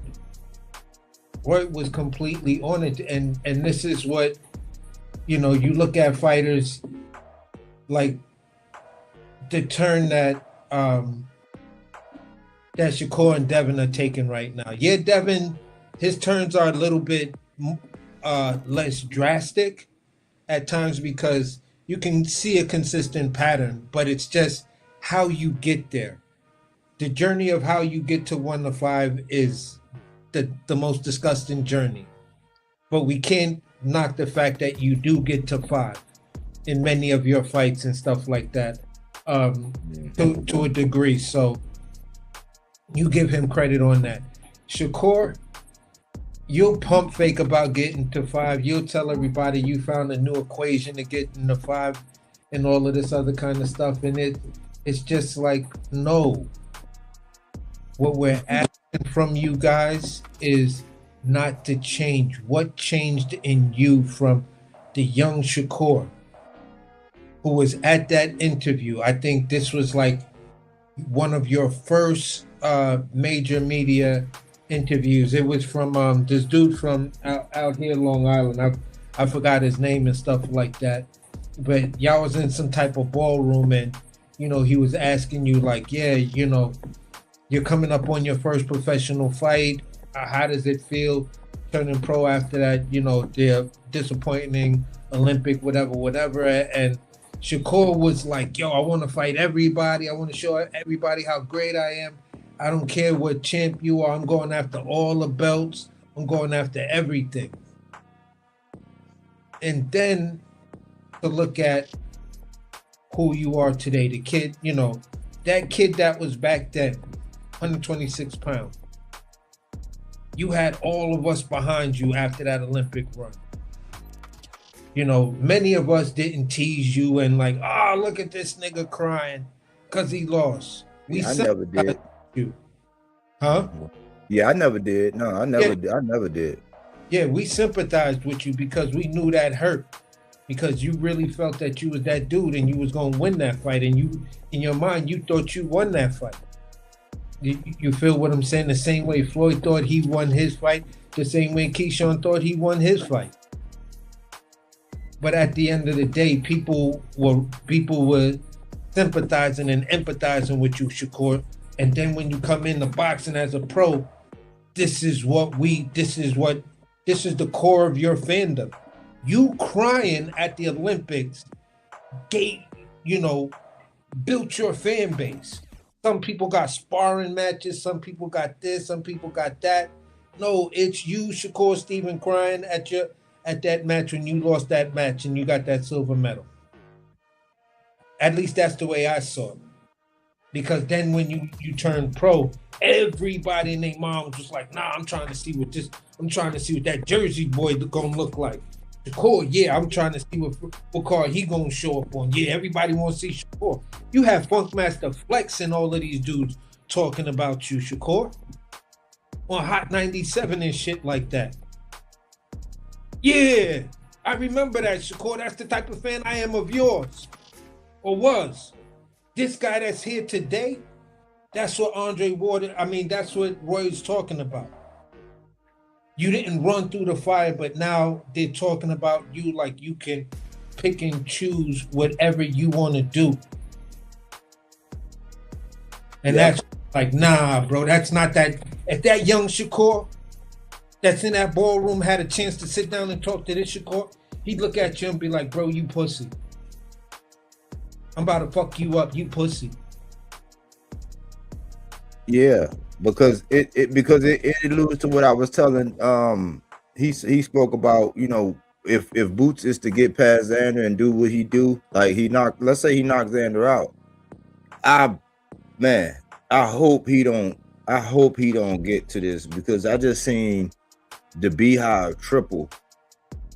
They might have quadrupled in size and everything, and I'm like, what happened? Like, nothing happened since Lima. Like, yeah, the fighters on deck. We applaud Eddie for getting it across the line and giving us something that we actually, you know what I'm saying, I look forward to seeing, you know, and he can continue his legacy. But my whole thing is, these new guys, they got the I have made it syndrome. Yeah. It's like, no. Like, see, getting exposed to Floyd, like having Floyd and Bud and Andre Ward and all them behind you, you thinking that you've already transported into the higher echelons. Like, yes, you're going to be in the Hall of Fame, but you're young. You're still very young, quite young, and you got a lot of good fights. Like, you didn't go on no run like Floyd. They'll say accolade. They'll act like he did more than Floyd. We got people actually still shitting on Floyd. I'm like, hold on, man. I had to check somebody the other day. Like, I said, do I even want to argue with you about this? But no, I don't. But when it comes down to Devin, it's like what he did with Loma. They standing on that. It's like, man, boxing moves on.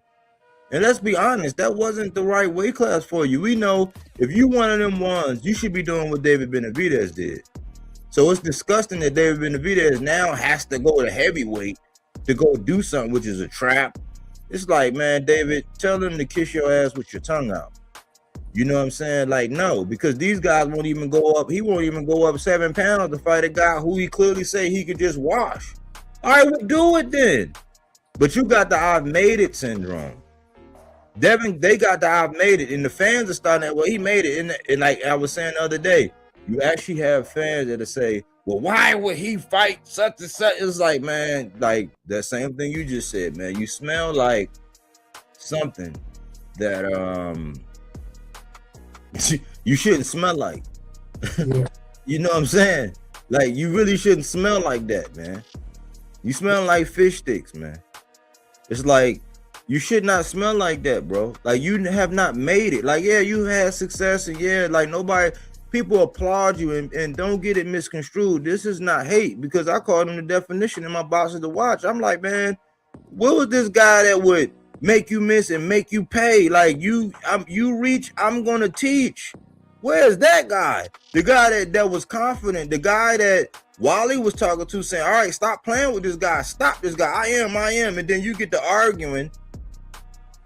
If I can go back in history, you get to arguing with the great Andre Ward and the great Bud, and they were saying, no, because if you would have kept throwing your jab, because you stopped throwing your jab, like basic things that you were doing in that fight, and then after the fight, you say, oh man, he hit hard. It's like, man, but now you at a point, because what you did with T.O., like, you've made it. Like, you just made it. Like, now you can just pick, choose, and refuse. Nah, bro. Nah, man. So I've made it syndrome, man, it's running rampant. Like, look at how my guy Hitchens is moving. He just clearly just ducked Duarte. How did that age with Duarte getting beat up the way he got beat up, you know, and still got the decision. They robbed the shit out of Buddy, man. Like that age, like, man, that was so bad. That was so bad, man. And then you drop your belt, and now you going over there. Like, what do you like? Look at how Berlanga's acting. Berlanga lost to Canelo and had the "I made it" syndrome because he got a bag. Like, this is where boxing is going. And Roy is keeping it a buck, but how many of the fans are keeping it a buck? Like, we gotta stop it, man, because we taking boxing. If you don't say anything, this is why I always say, man, you gotta say something. Why? Because if you don't, a lot of times, you know, something never happened and somebody say, because it happened to me all the time. It'd be a meeting, it'd either be in a workplace setting or it'd be amongst some people, and I'd be like, hey man, blah, blah, blah. And they'd be like, man, I was thinking the same thing. And I'd be looking like, well, why didn't you say something? If everybody was seeing it, like, y'all know what's going on when we see what's going on out here with these guys and how they moving and whatever. And then y'all want to wait until hindsight. Like, people just now, like, when it took for rumors of Shakur going over to Zuffa just for people to start saying, oh, nah, man, that's it. That's what it took for him to go to Zuffa? Not all these funny style moves that he made, and now y'all want to be some hindsight as 2020 is looking asses? Like, come on, man. We got to say something, bro. Like, just because you from New Jersey and you get to sit down with Keith Cologne and you got Shakur on speed down, you just going to condone all the bullshit for the sake of the sport? No, bro. I don't even do that with Tank. When that Lamont Roche fight happened, I came on and said what it was. I didn't say just because I'm one of the biggest Tank fans out here that, oh, no, it is. No, I came on and said, no, man, you was being too. I came on and said what it was. When Richardson Hitchens moved the way he moved, I came on and said it took me a minute because I was like, man, let me get this guy. Let me figure out what's going on. When I figured out what was going on, I came on and said what it was. It ain't look right. It was a duck. That's what we gotta be at, man. We gotta be more like Roy, man. Roy was great for a reason. He didn't protect that O. He didn't move like that. He wanted to show and prove. Like Pastor Troy back in the day. Pastor Troy used to go around with a belt. He used to be in the club with a belt. And that was like a challenge. That means, you know what I'm saying? Like, and people used to challenge him and get knocked the fuck out. Like, no. So that's where we at, man. Like, we gotta say something. We gotta keep, even if it's not the best thing to hear and all that, it's right, because where it's going and what is morphing into, it's like boxing has a true identity crisis now, where people, you know, they celebrate the accolades. It's like, okay, well, who was this guy? Like, if I can ask him, remember that time I asked Shakur's biggest fan, who the first guy he fought? He couldn't tell me. But he'll argue with you tooth and nail. He'll go to every other channel and talk about you and be crying, bitching and moaning. But he couldn't even tell me who the first guy he got a belt off of. We gotta stop it. We gotta stop it, man. We gotta say something. Because it's almost too late. Like Roy almost said, he's like, man, it's about to be too late, man. And Tim is co-signing, talking about the Zuffa takeover. It's like, all right, we got to let some time go by to see if they actually take over, because once that money run out and all these people start, and the powers that be that got it, that got him, you know, Eddie, right before I went live, I came out and seen something where Eddie said, I just got to see the little, it was like, I think it was like 6 or 7 minutes. I didn't get to see it, but the title said that Shakur and Devin or whoever, they will not be going to go fight for Zuffa. I don't know if it was clickbait, because that's cool now. That's cool now. You could do clickbait, because there's a lot of people that come on and they'll put something, they'll put Tank up there, they'll say whatever and do this, and you go look at the video and it's really clickbait. Yeah. You know what I'm saying? So they'll do that. But I didn't get to see it, but Eddie, I'm going to go back and watch it after this, but Eddie was saying that they're not going to go over there. But if they are to go over there, we got to give it time to see how this pan out, but it's not looking good, man. Yeah, and for me, I wanted to speak on that part right there, because the thing for me is, when I first saw it, like I said, I was 50-50 on it, and where I was on it, how I got to the 50-50 part, I'm saying to myself, okay, so what is it, a 10-fight deal? for $10 million a fight, 5-fight deal, $20 million a fight. After that, what the fuck are we talking about? Like, what fight does Devin Haney make? And I'm talking about Devin Haney. And if let's just say the 100 million was true. If it's not a 5-fight deal for 100 million, you feel what I'm saying? What fights do he take or can he make that are worth more than 20 million? Some may say, well, he could do the rematch with Ryan. Okay, that's one. What about the others? Because once you look at it, and that depends on if Ryan goes over there. The only other avenue for it to work, for that business model to work, is Devin Haney is only fighting and his contract is only with the Ring magazine. Because the sanctioning bodies do recognize the Ring belt. And that's where I was like, is that their play?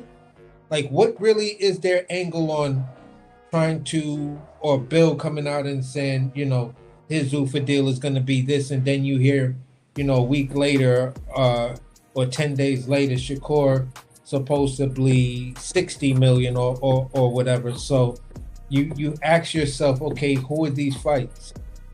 And how many fights per deal? But that's the thing. This is what they keep saying. And I hate to use this example, but it's true. They keep saying, well, like Tim, I'll use Tim. Tim said, well, if Conor Ben can make 15 million, blah, blah, blah, then what? They couldn't put another 5 or 10 on that. What's $10 million to them? It's like, but you're missing the point. Like, the thing is, yes, Devin has the accolades. So resume-wise, like if this was corporate, like Devin would be like CEO status, and then Conor Ben might be just now moving from janitor to like assistant or some shit. You know what I'm saying? Like in that realm. But the point of my show the other day was that it evolves around entertainment. Because as shitty as like the skill wise that Conor Ben got, for some reason they find a guy entertaining. That's why. So it's like with the style you got, yeah, them accolades ain't gonna travel but so far, and your track record has shown. See, he can say, you can go back and look at images, you can look at pictures, you can look up numbers what him and Eubanks did, regardless if it was a circus fight or not. They got the proof in the pudding as far as like, okay, people were checking for that, people were looking at it, people was talking about it. They don't do that as much as how accomplished Devin is. They're not checking for that. They're not checking for nobody who his last 2 fights, he landed 141 punches in 2 fights. They're not checking for that. So you can say, yeah, they'll pay him, but like we'll know that, okay, they got money to blow. They're making a splash like everybody else. But after that, then what? But when making the splash, who are they going to put him in there against that people even want to see? Because they just got, think about it. They just got Boychuk and Shane. Shane just got washed by Jesus Ramos. Boychuk just got stopped by Brandon Adams.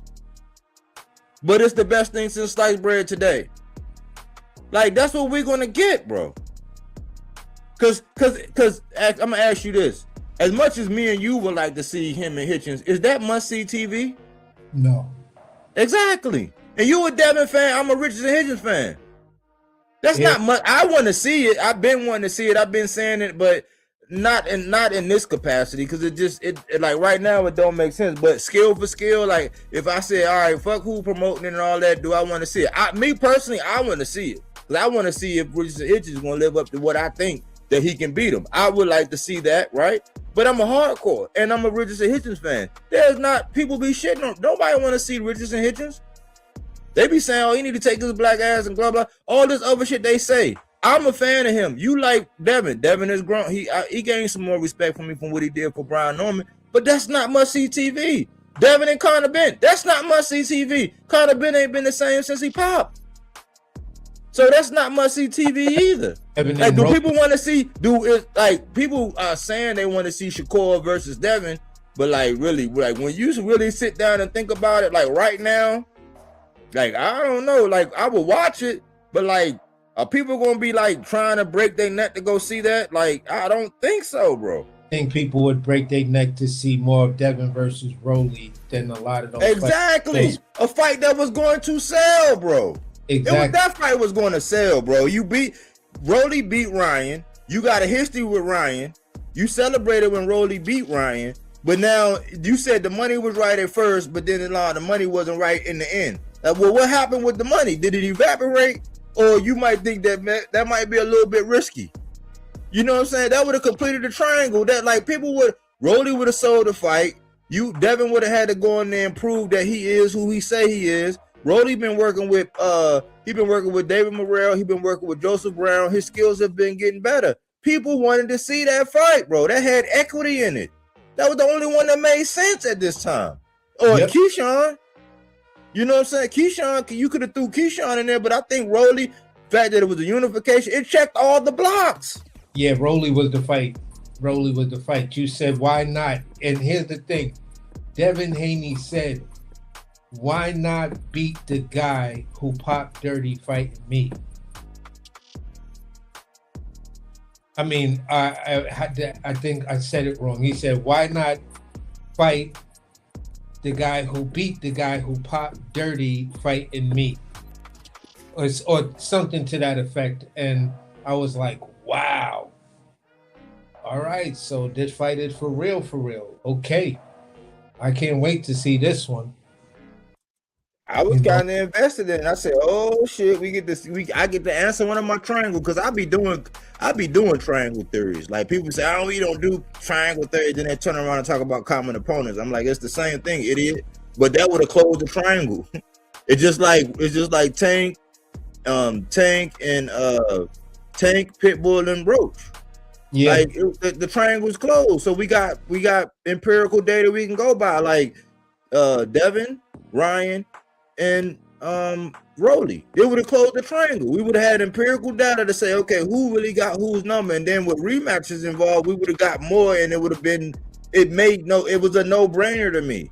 But like you got fans saying, oh no, it was just Rolly. It's like, nah, man, you thought, man, it was a possibility Devin might have got his ass whooped. Now he could have proved us wrong like he did with Brian Norman, but you know what I'm saying? Or that what Rolly did with Ryan was a fluke, or Ryan was going through some things or whatever. But ultimately, I'm thinking Rolly and Ryan was gonna have to get a rematch. It was everything, man. It was. You want to hear something? Go ahead. I'm sorry.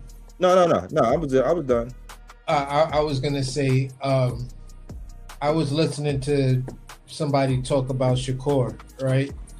And what Shakur could do at 140 if he decides to stay at 140. It might have been Showbiz or somebody like that who just made some video where he was talking about a bunch of people, and basically they were talking that, you know, Shakur could fight a Pitbull Cruz, he could fight this, he could fight that.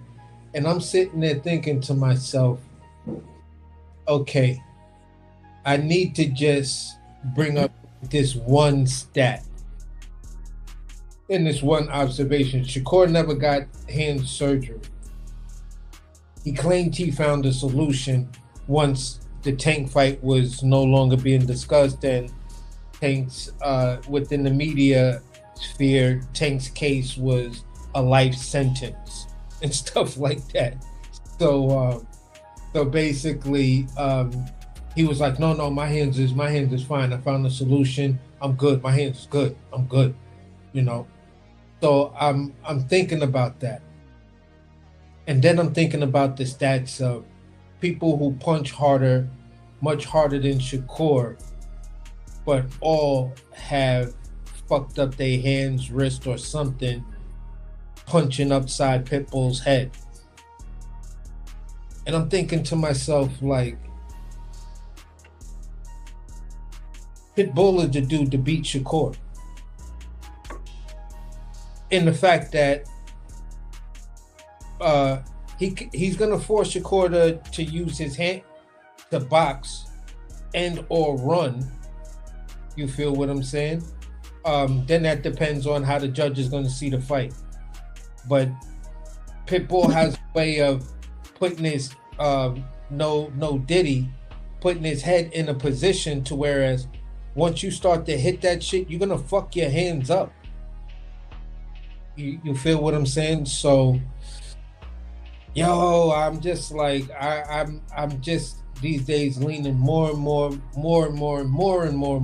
like, of course, stop talking about Pitbull Cruz. That's the dude that beat you.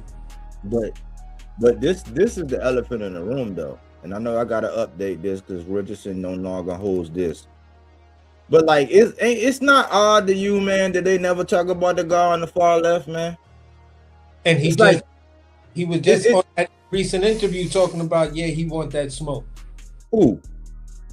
Your boy. Gary Antoine, he was on some interview where he was he do.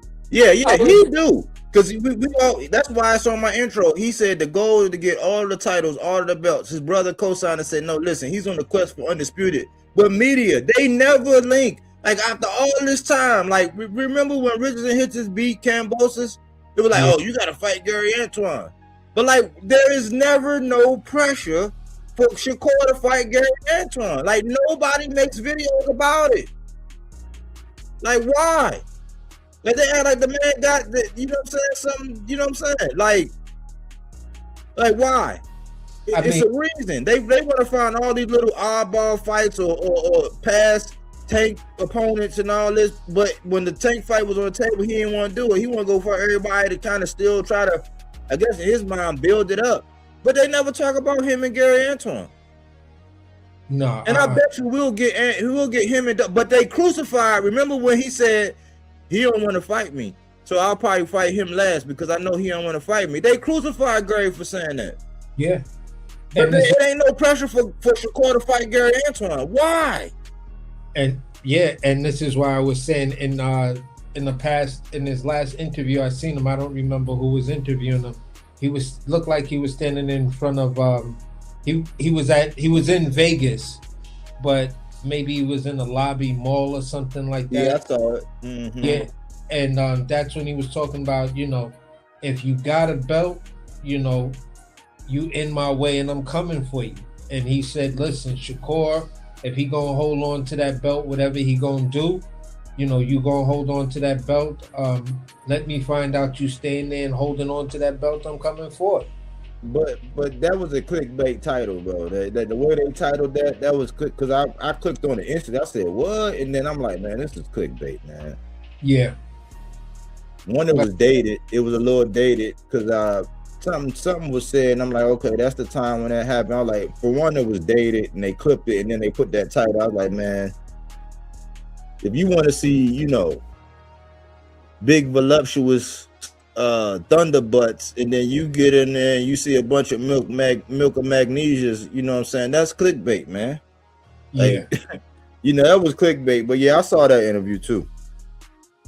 And I mean, that's the only thing that kind of gave me hope. And it was like, all right, if he could make it happen and, he could put all of this stuff together and go on a run that I think he gonna go on, then go ahead. I mean, the hurdle was Gary Hirioka. I mean, after that, just go on your run. You know what I'm saying? I don't see, like, he can be undisputed at 140. I think he can go on that run. I think he could have one of those Mel Charlo type runs where he might get a draw here and then have to rematch, fuck around, he might even lose a fight and then come back and get the instant rematch and just go on to, one by one, straight up out the mud, win, lose, and draws. That man Shakur ain't got no intention on getting in there with Gary. They used to spar. He done went down there with the Russells and got mad work. He don't got no intention on getting in there with Gary.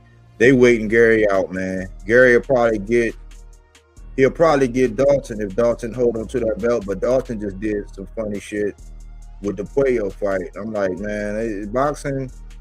Yeah. Nah, we needed you to legitimize that. Yeah, you did what you did with Puello. I mean, with Matias, but like, That was funny. A week after he said, "Yeah, I would love to fight Shakur," then he pulls out with some kind of injury.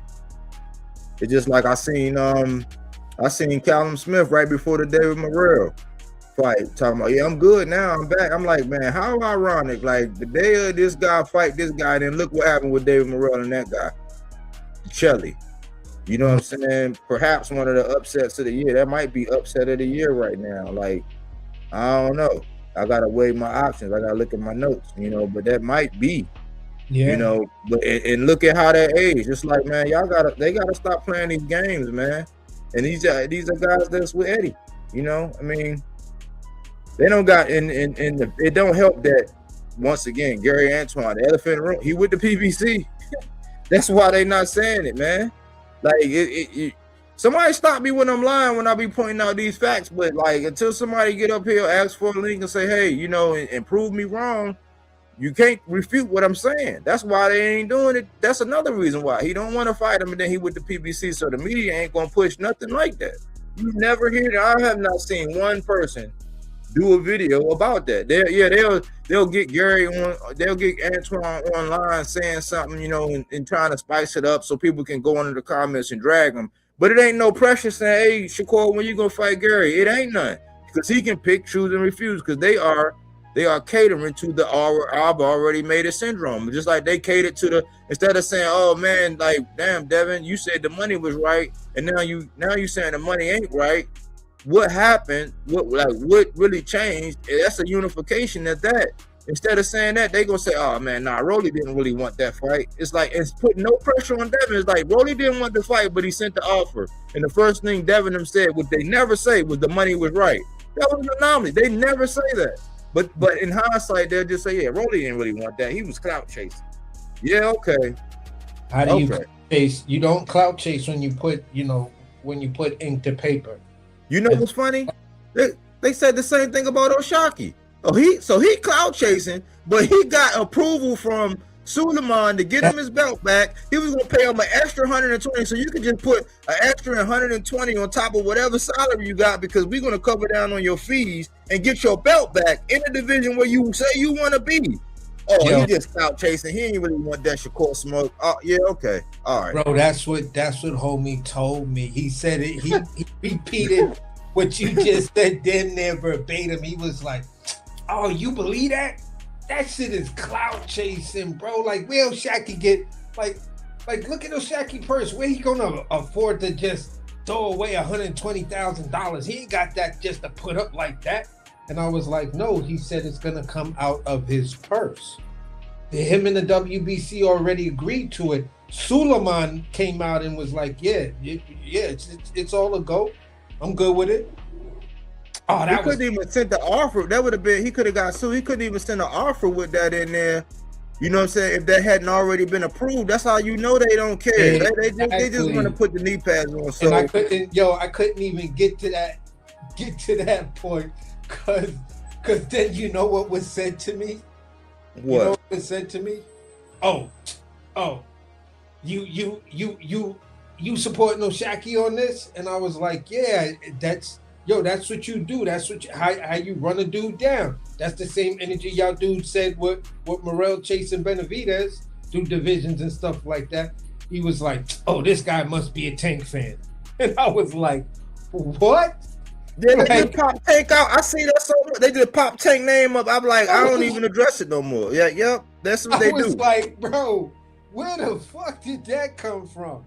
No, I'm just like, yo, bro, I'm telling y'all, I'm a fan of the sport. I like certain fighters, but I've been watching boxing for so long that I've seen all my favorite fighters that were like really, really going after it, chasing that smoke and greatness.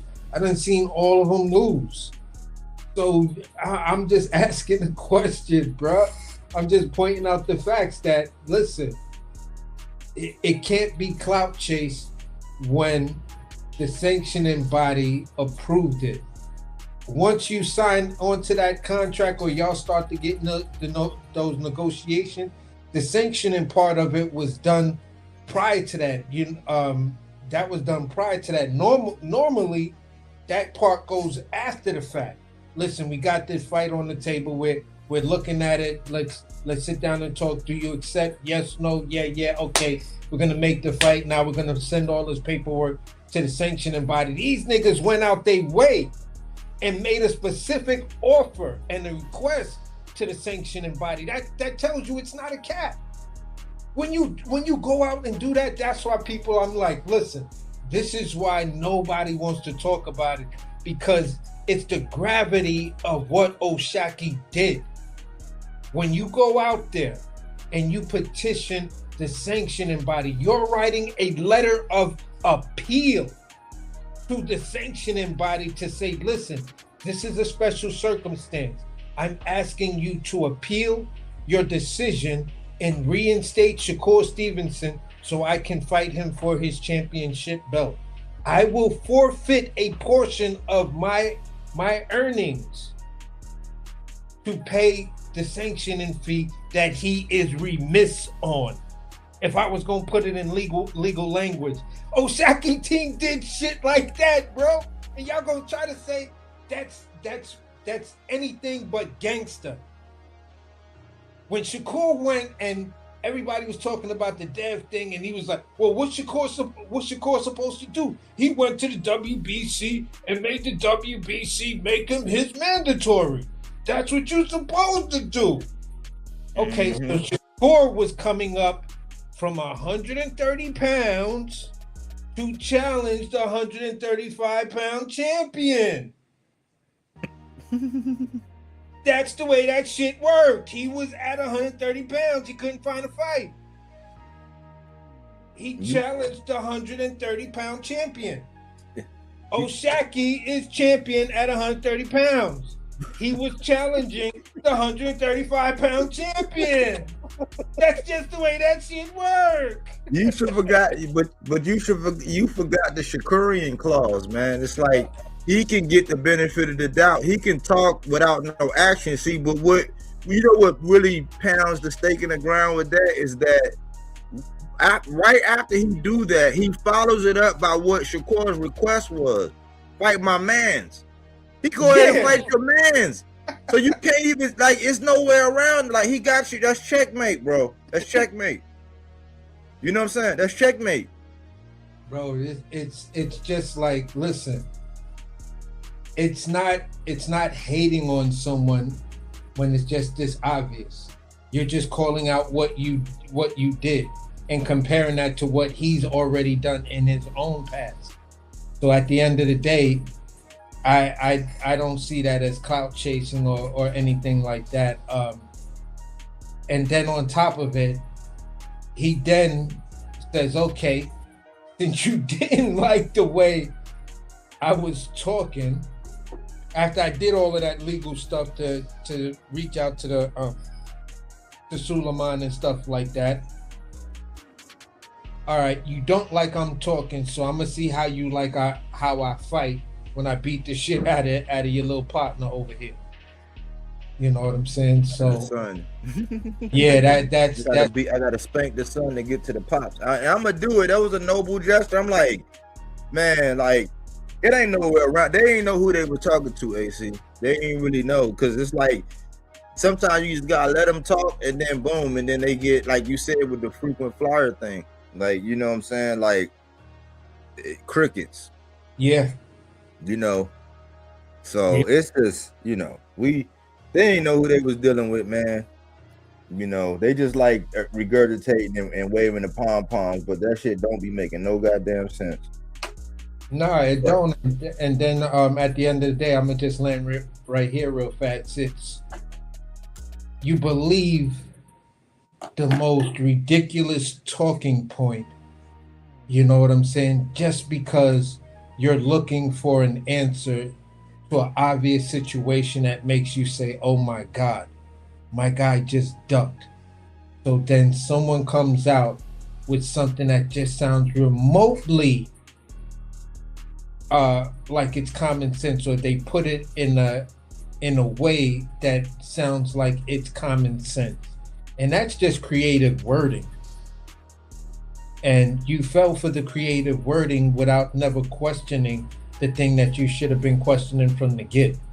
And it's like, look, we got people like Roy Jones, we got all of these, legends that are going to look at this sport within the next probably 6 months, and all of them are going to start to come out and be like, hey, listen, American boxing, uh, let's try to be America first on this boxing scene right here. Let's try to like reestablish making big fights here in this country.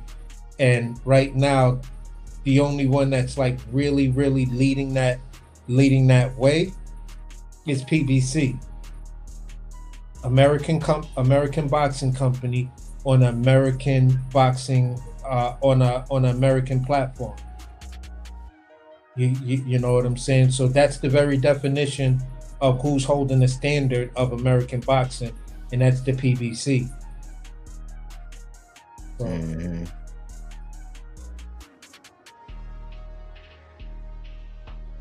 Yeah, man. I think we definitely cooked on this one, man. I think we did this one justice.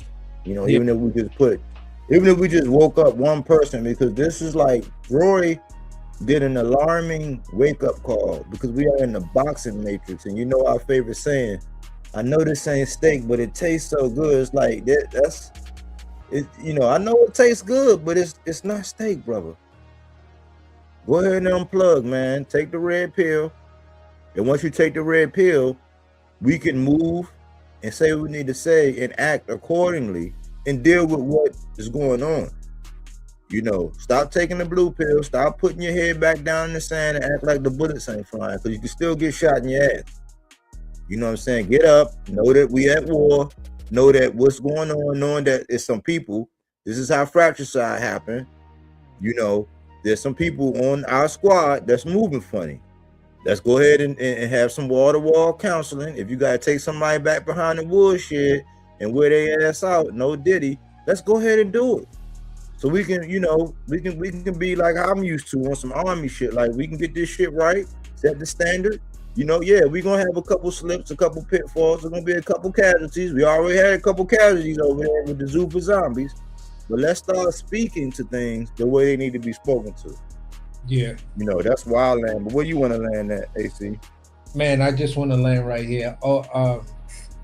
Just to pretty much say we've had some, these past 2 or every other weekends, we've had some amazing boxing cards and stuff like that.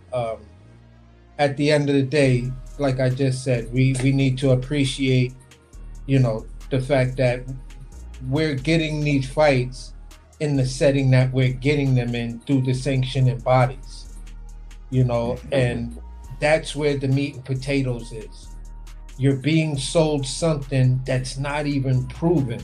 That's someone telling you, yeah, we've got swampland in the Florida Keys that we're going to make into luxury, energy efficient lead houses that we're be selling for $2 a pop, and a 5-bedroom, 2.5 bath. You feel what I'm saying? With a swimming pool will cost you $10. So you want to buy now? That's when you would get it now, because a lot of these units are not going to be here by the time this thing really takes off. And that's what Zuffa is promising people. That's what Zuffa is promising these fighters. And at the end of the day, us boxing fans, but some of us, it's a choice. And Zuffa is absolutely right in the fact that they're offering a choice. If your favorite fighter is a guy who's hasn't done anything, but he's ascended to, I can pick and choose who I want to fight. I've done enough in boxing that I can pick and choose who I want to fight. Then yes, Zuffa is your choice. You would hope and pray your guy signs to Zuffa and gets whatever money that they're gonna get, as long as that Zuffa trainer's paying. You know what I'm saying? And if it's within that scope of just a popularity contest and getting paid to be a part of that popularity contest, Shit, bro, I have no issues with that because I want to get on 50 world's best restaurants if I could. If I had the restaurant to do it, I would be out there making food that put me on the 50 world best. Doesn't mean I'm selling out my integrity, but I just know where the money is. And I'm gonna ride that wave until I say, you know what, I'm done with that. And then open me a burger shop that's gonna have a line around the block every day. That's what you could do sometimes if you have a smart marketing strategy to take something like a Zuffa and then make it work for yourself. You know what I'm saying? The one person that may have that ability because they have shown no real loyalty to anybody and they've accomplished a lot in boxing. That could be Devin Haney that shows all of these guys how to maneuver in that Zuffa model by making Zuffa sign a contract that's more beneficial to them because they have the leverage. I'm the commodity. You need me more than I need you, motherfucker. You trying to build your shit. So it all depends. And at the end of the day, where I'm at, what it is, if this is the direction the dude want to go into and he's one of my guys, and you want to fight all of these fluff fights that are basically glorified exhibitions or glorified sparring matches and get a bag, you're a young man. I'm not going to tell you no because Jake Paul came into this thing and, you know, he got all of those pay-per-views off of fighting MMA fighters and shit like that, robbing from boxing. So if you're going to go out here and be a young black man and you're going to get that Arab money and they going to pay you out the wazoo, being a young black man, that Arab oil money, bro, go get that shit. Go get it and spend it wisely. You feel what I'm saying? I'm saying the same thing to Shakur.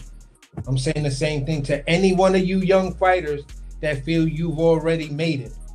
You know what I'm saying? That every time you get in your car, you're like, look like I made it. You feel what I'm saying? Playing back that song. So if you're one of them, go the fuck on the Zuffa, make that bread, yo, bro. I can respect you on that.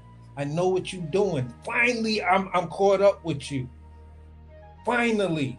Now all your moves make all the sense because it's now about the back. Now I say, okay, fine. I can accept you in that role right there because you just showed me everything I need to know. But don't go over there telling me you still want to fight the best. And that's where I land right there. But good cook, man. Good contribution into your example, man. Don't worry about and all that swamp. Don't worry about the out of control python thing. That's, you know, we got something for that. So don't worry. Just come on and move down. Bring all your pets. You know what I'm saying? They're gonna be safe. Don't worry about all of the Burmese pythons and all that that's been, you know, taken over down here. Don't worry about that. You know what I'm saying? But good analogy as always, AC. You know we're gonna cook, man. I appreciate you, man. Yeah, definitely, man. On to the next one, buddy. All right, man. Enjoy your evening. You too, bro. All right, man.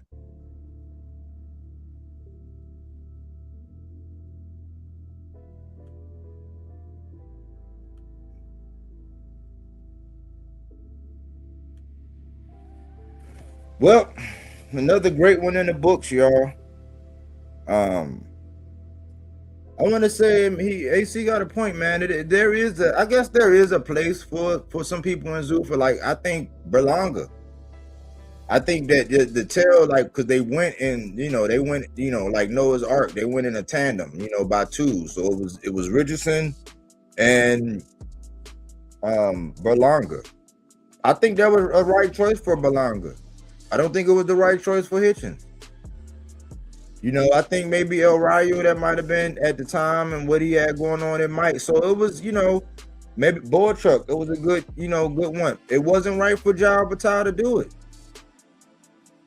Jal Batar was the champion. He fought the number 10 guy in the IBF. But they went over there to Zuffa to do it. And it was already being reported that we were going to get Jal Batar and David Benavidez if David Benavidez got past Zerto. And so I believe that was a move to really get in the way and to stall out a guy from the PBC who was going to take over the reins. How? Take a piece away that you would have got like even more credit for beating. He didn't need to do it. So it wasn't right for Jai. It wasn't right for Richardson Hitchens. It was right for Boychuk. It might have been right for it looked like it was right for Shane. It's a couple guys like, you know, that's over there. It might be right for De Los Santos. But it depends on where you at and what's going on with your career. If you had stall outs, if you one of them guys that you couldn't get a fight, like it might be good for a guy like what's my Elvis Rodriguez. That might be a spot. So I'm saying, like, look, man, it might be a spot for some of these guys, but like what AC said, man, it's not right for everybody. And Roy is the only one that's speaking up, saying what it really is, man. And you gotta respect him. You gotta respect Roy. Roy should have got the gold.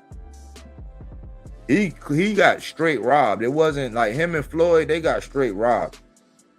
You know what I'm saying? Robisi, people argue that Robisi really beat Shakur. I mean, that just is what it is. Did I clown Shakur for crying? No. It's natural to have emotions and cry. But I respect Roy, man. I appreciate it, man. And we got to protect that man at all costs. Because like he said, man, there's a lot of people that's scared. I know I say some things about some people that got some very big channels, way more numbers than me. Just because they got way more numbers than me, do that mean that the message that they put out is better than mine? No. They're willing to say and do things, and they're getting payola. I'm not. Even so, I can't be bought. I'm not for sale. And I got integrity, man. I'm not gonna acquiesce to anybody's agenda unless it's along with the truth and it's going to help the vitality of the sport. I'm here to put out things that's going to help the sport sustain itself, man. We getting ready to go into like full-blown acting. Like, it's already there. There's already fixed fights. I have yet to research this thing about Fabio Wardley and Dubois, but there's some rumblings about some things and some people are saying some things. Now, I do believe that his corner needed to save Fabio from himself. I do believe that. I think that was like, you know, like a round or two before he got stopped, because Fabio wasn't going to, you see, he never got knocked down. He was not going to give up. That's when his corner should have said, listen, man, he got this one. You know, it's on us. We did it. You know what I'm saying? A la like what happened with Wilder. You know what I'm saying? Like when his coach did it, like so he could live to fight another day and not sustain so much damage. He had blood coming out of his ear. I think his corner should have said, hey, man, his corner should have threw it in and said, listen, man, that's on us. Like, blame us, but listen, we're going to go back. We're going to get the rematch. We're going to come back. But, like, I think that, you know, I've seen some other things circling around, you know what I'm saying? And some people saying some things, you know, but it's our job to just, you know, it's our job, really, man. At the end of the day, if we love the sport, we got to just tell the truth. Regardless how much you want your guy to win, how much, because even in life, they say most millionaires that became millionaires, they didn't win bankrupt. I plan on becoming a millionaire. I haven't went bankrupt, but I have owned a business before, you know, and made a lot of money, hundreds of thousands of dollars, you know, but I do plan on becoming one, and I'm working on it. But when I have my setbacks, when I have my pitfalls, I don't sit up there and act like I didn't have shortcomings or that I fell short. I'm honest about my shortcomings. I'm doing an assessment. I sit down, look over my notes. I go over everything and say, okay, well, what did I do wrong? Okay, well, you was acting like this, or you was doing like this, or you wasn't as active as you needed to be doing this, or you didn't educate yourself about this. This is what we got to do about boxing, man. Don't just wave the pom-poms, man. And stop all this double standard. If you got one standard for Tank, but then a whole different standard for all these other guys, you need to check yourself. You know, you got one standard for the PBC and everything that was going on, but then you got another standard for Golden Boy, another standard for Matchroom, another standard for Zuffa, where they could just, like, come on, you got to check yourself. That's all Roy is saying. He's saying, listen, man, look at what's going on. Y'all looking at the money and all that, and he said, look, they put the big money over here to distract you from what's going on over here. It's the whole sleight of hand thing. And Roy talked about it. Y'all don't appreciate Roy? He finally come out, put his neck on the line, man, and said some things, man. Protect that man at all costs, man. And some of these guys that just out here trying to get a Zuffa check, you got to take what they say with a grain of salt. You gotta look at Max Kellerman. If you sit down and you heard Max Kellerman say that Dubois and Wardley fight wasn't a great fight, and he getting paid as a boxing analyst, that says a lot. I wonder why though. Because what, Turkey wasn't involved? You gotta juice your noodle and think. Why do they say it's an agenda, y'all? That's what this channel is about. Hopefully you was able to put something in your rucksack and march on with. I always say silence is consent, meaning that all it takes for evil to prevail is for men and women to remain silent. So we speak to the things that need to be spoken to. Are we always right? No. Do we have our opinions? Yes. We say, go listen to what everybody else say, and then come hear us cook on it and see if you don't gain or learn or, have a couple laughs or even get enlightened about some things. I appreciate the 300, man. It was good seeing Dev Wall. I was worried. I'm glad to know you still be watching the playbacks. I know life is busy. Seasons are changing. You're doing your thing, but I really appreciate the super chat. We are monetized, y'all. We are monetized. So support the channel, man. It does take bravery to say what everybody's not saying, be willing to actually stand, on 10 toes, about the things that we say and just be ourselves. And if the truth is ugly, you know what I'm saying? What we gonna do? Lie? Nah, we not.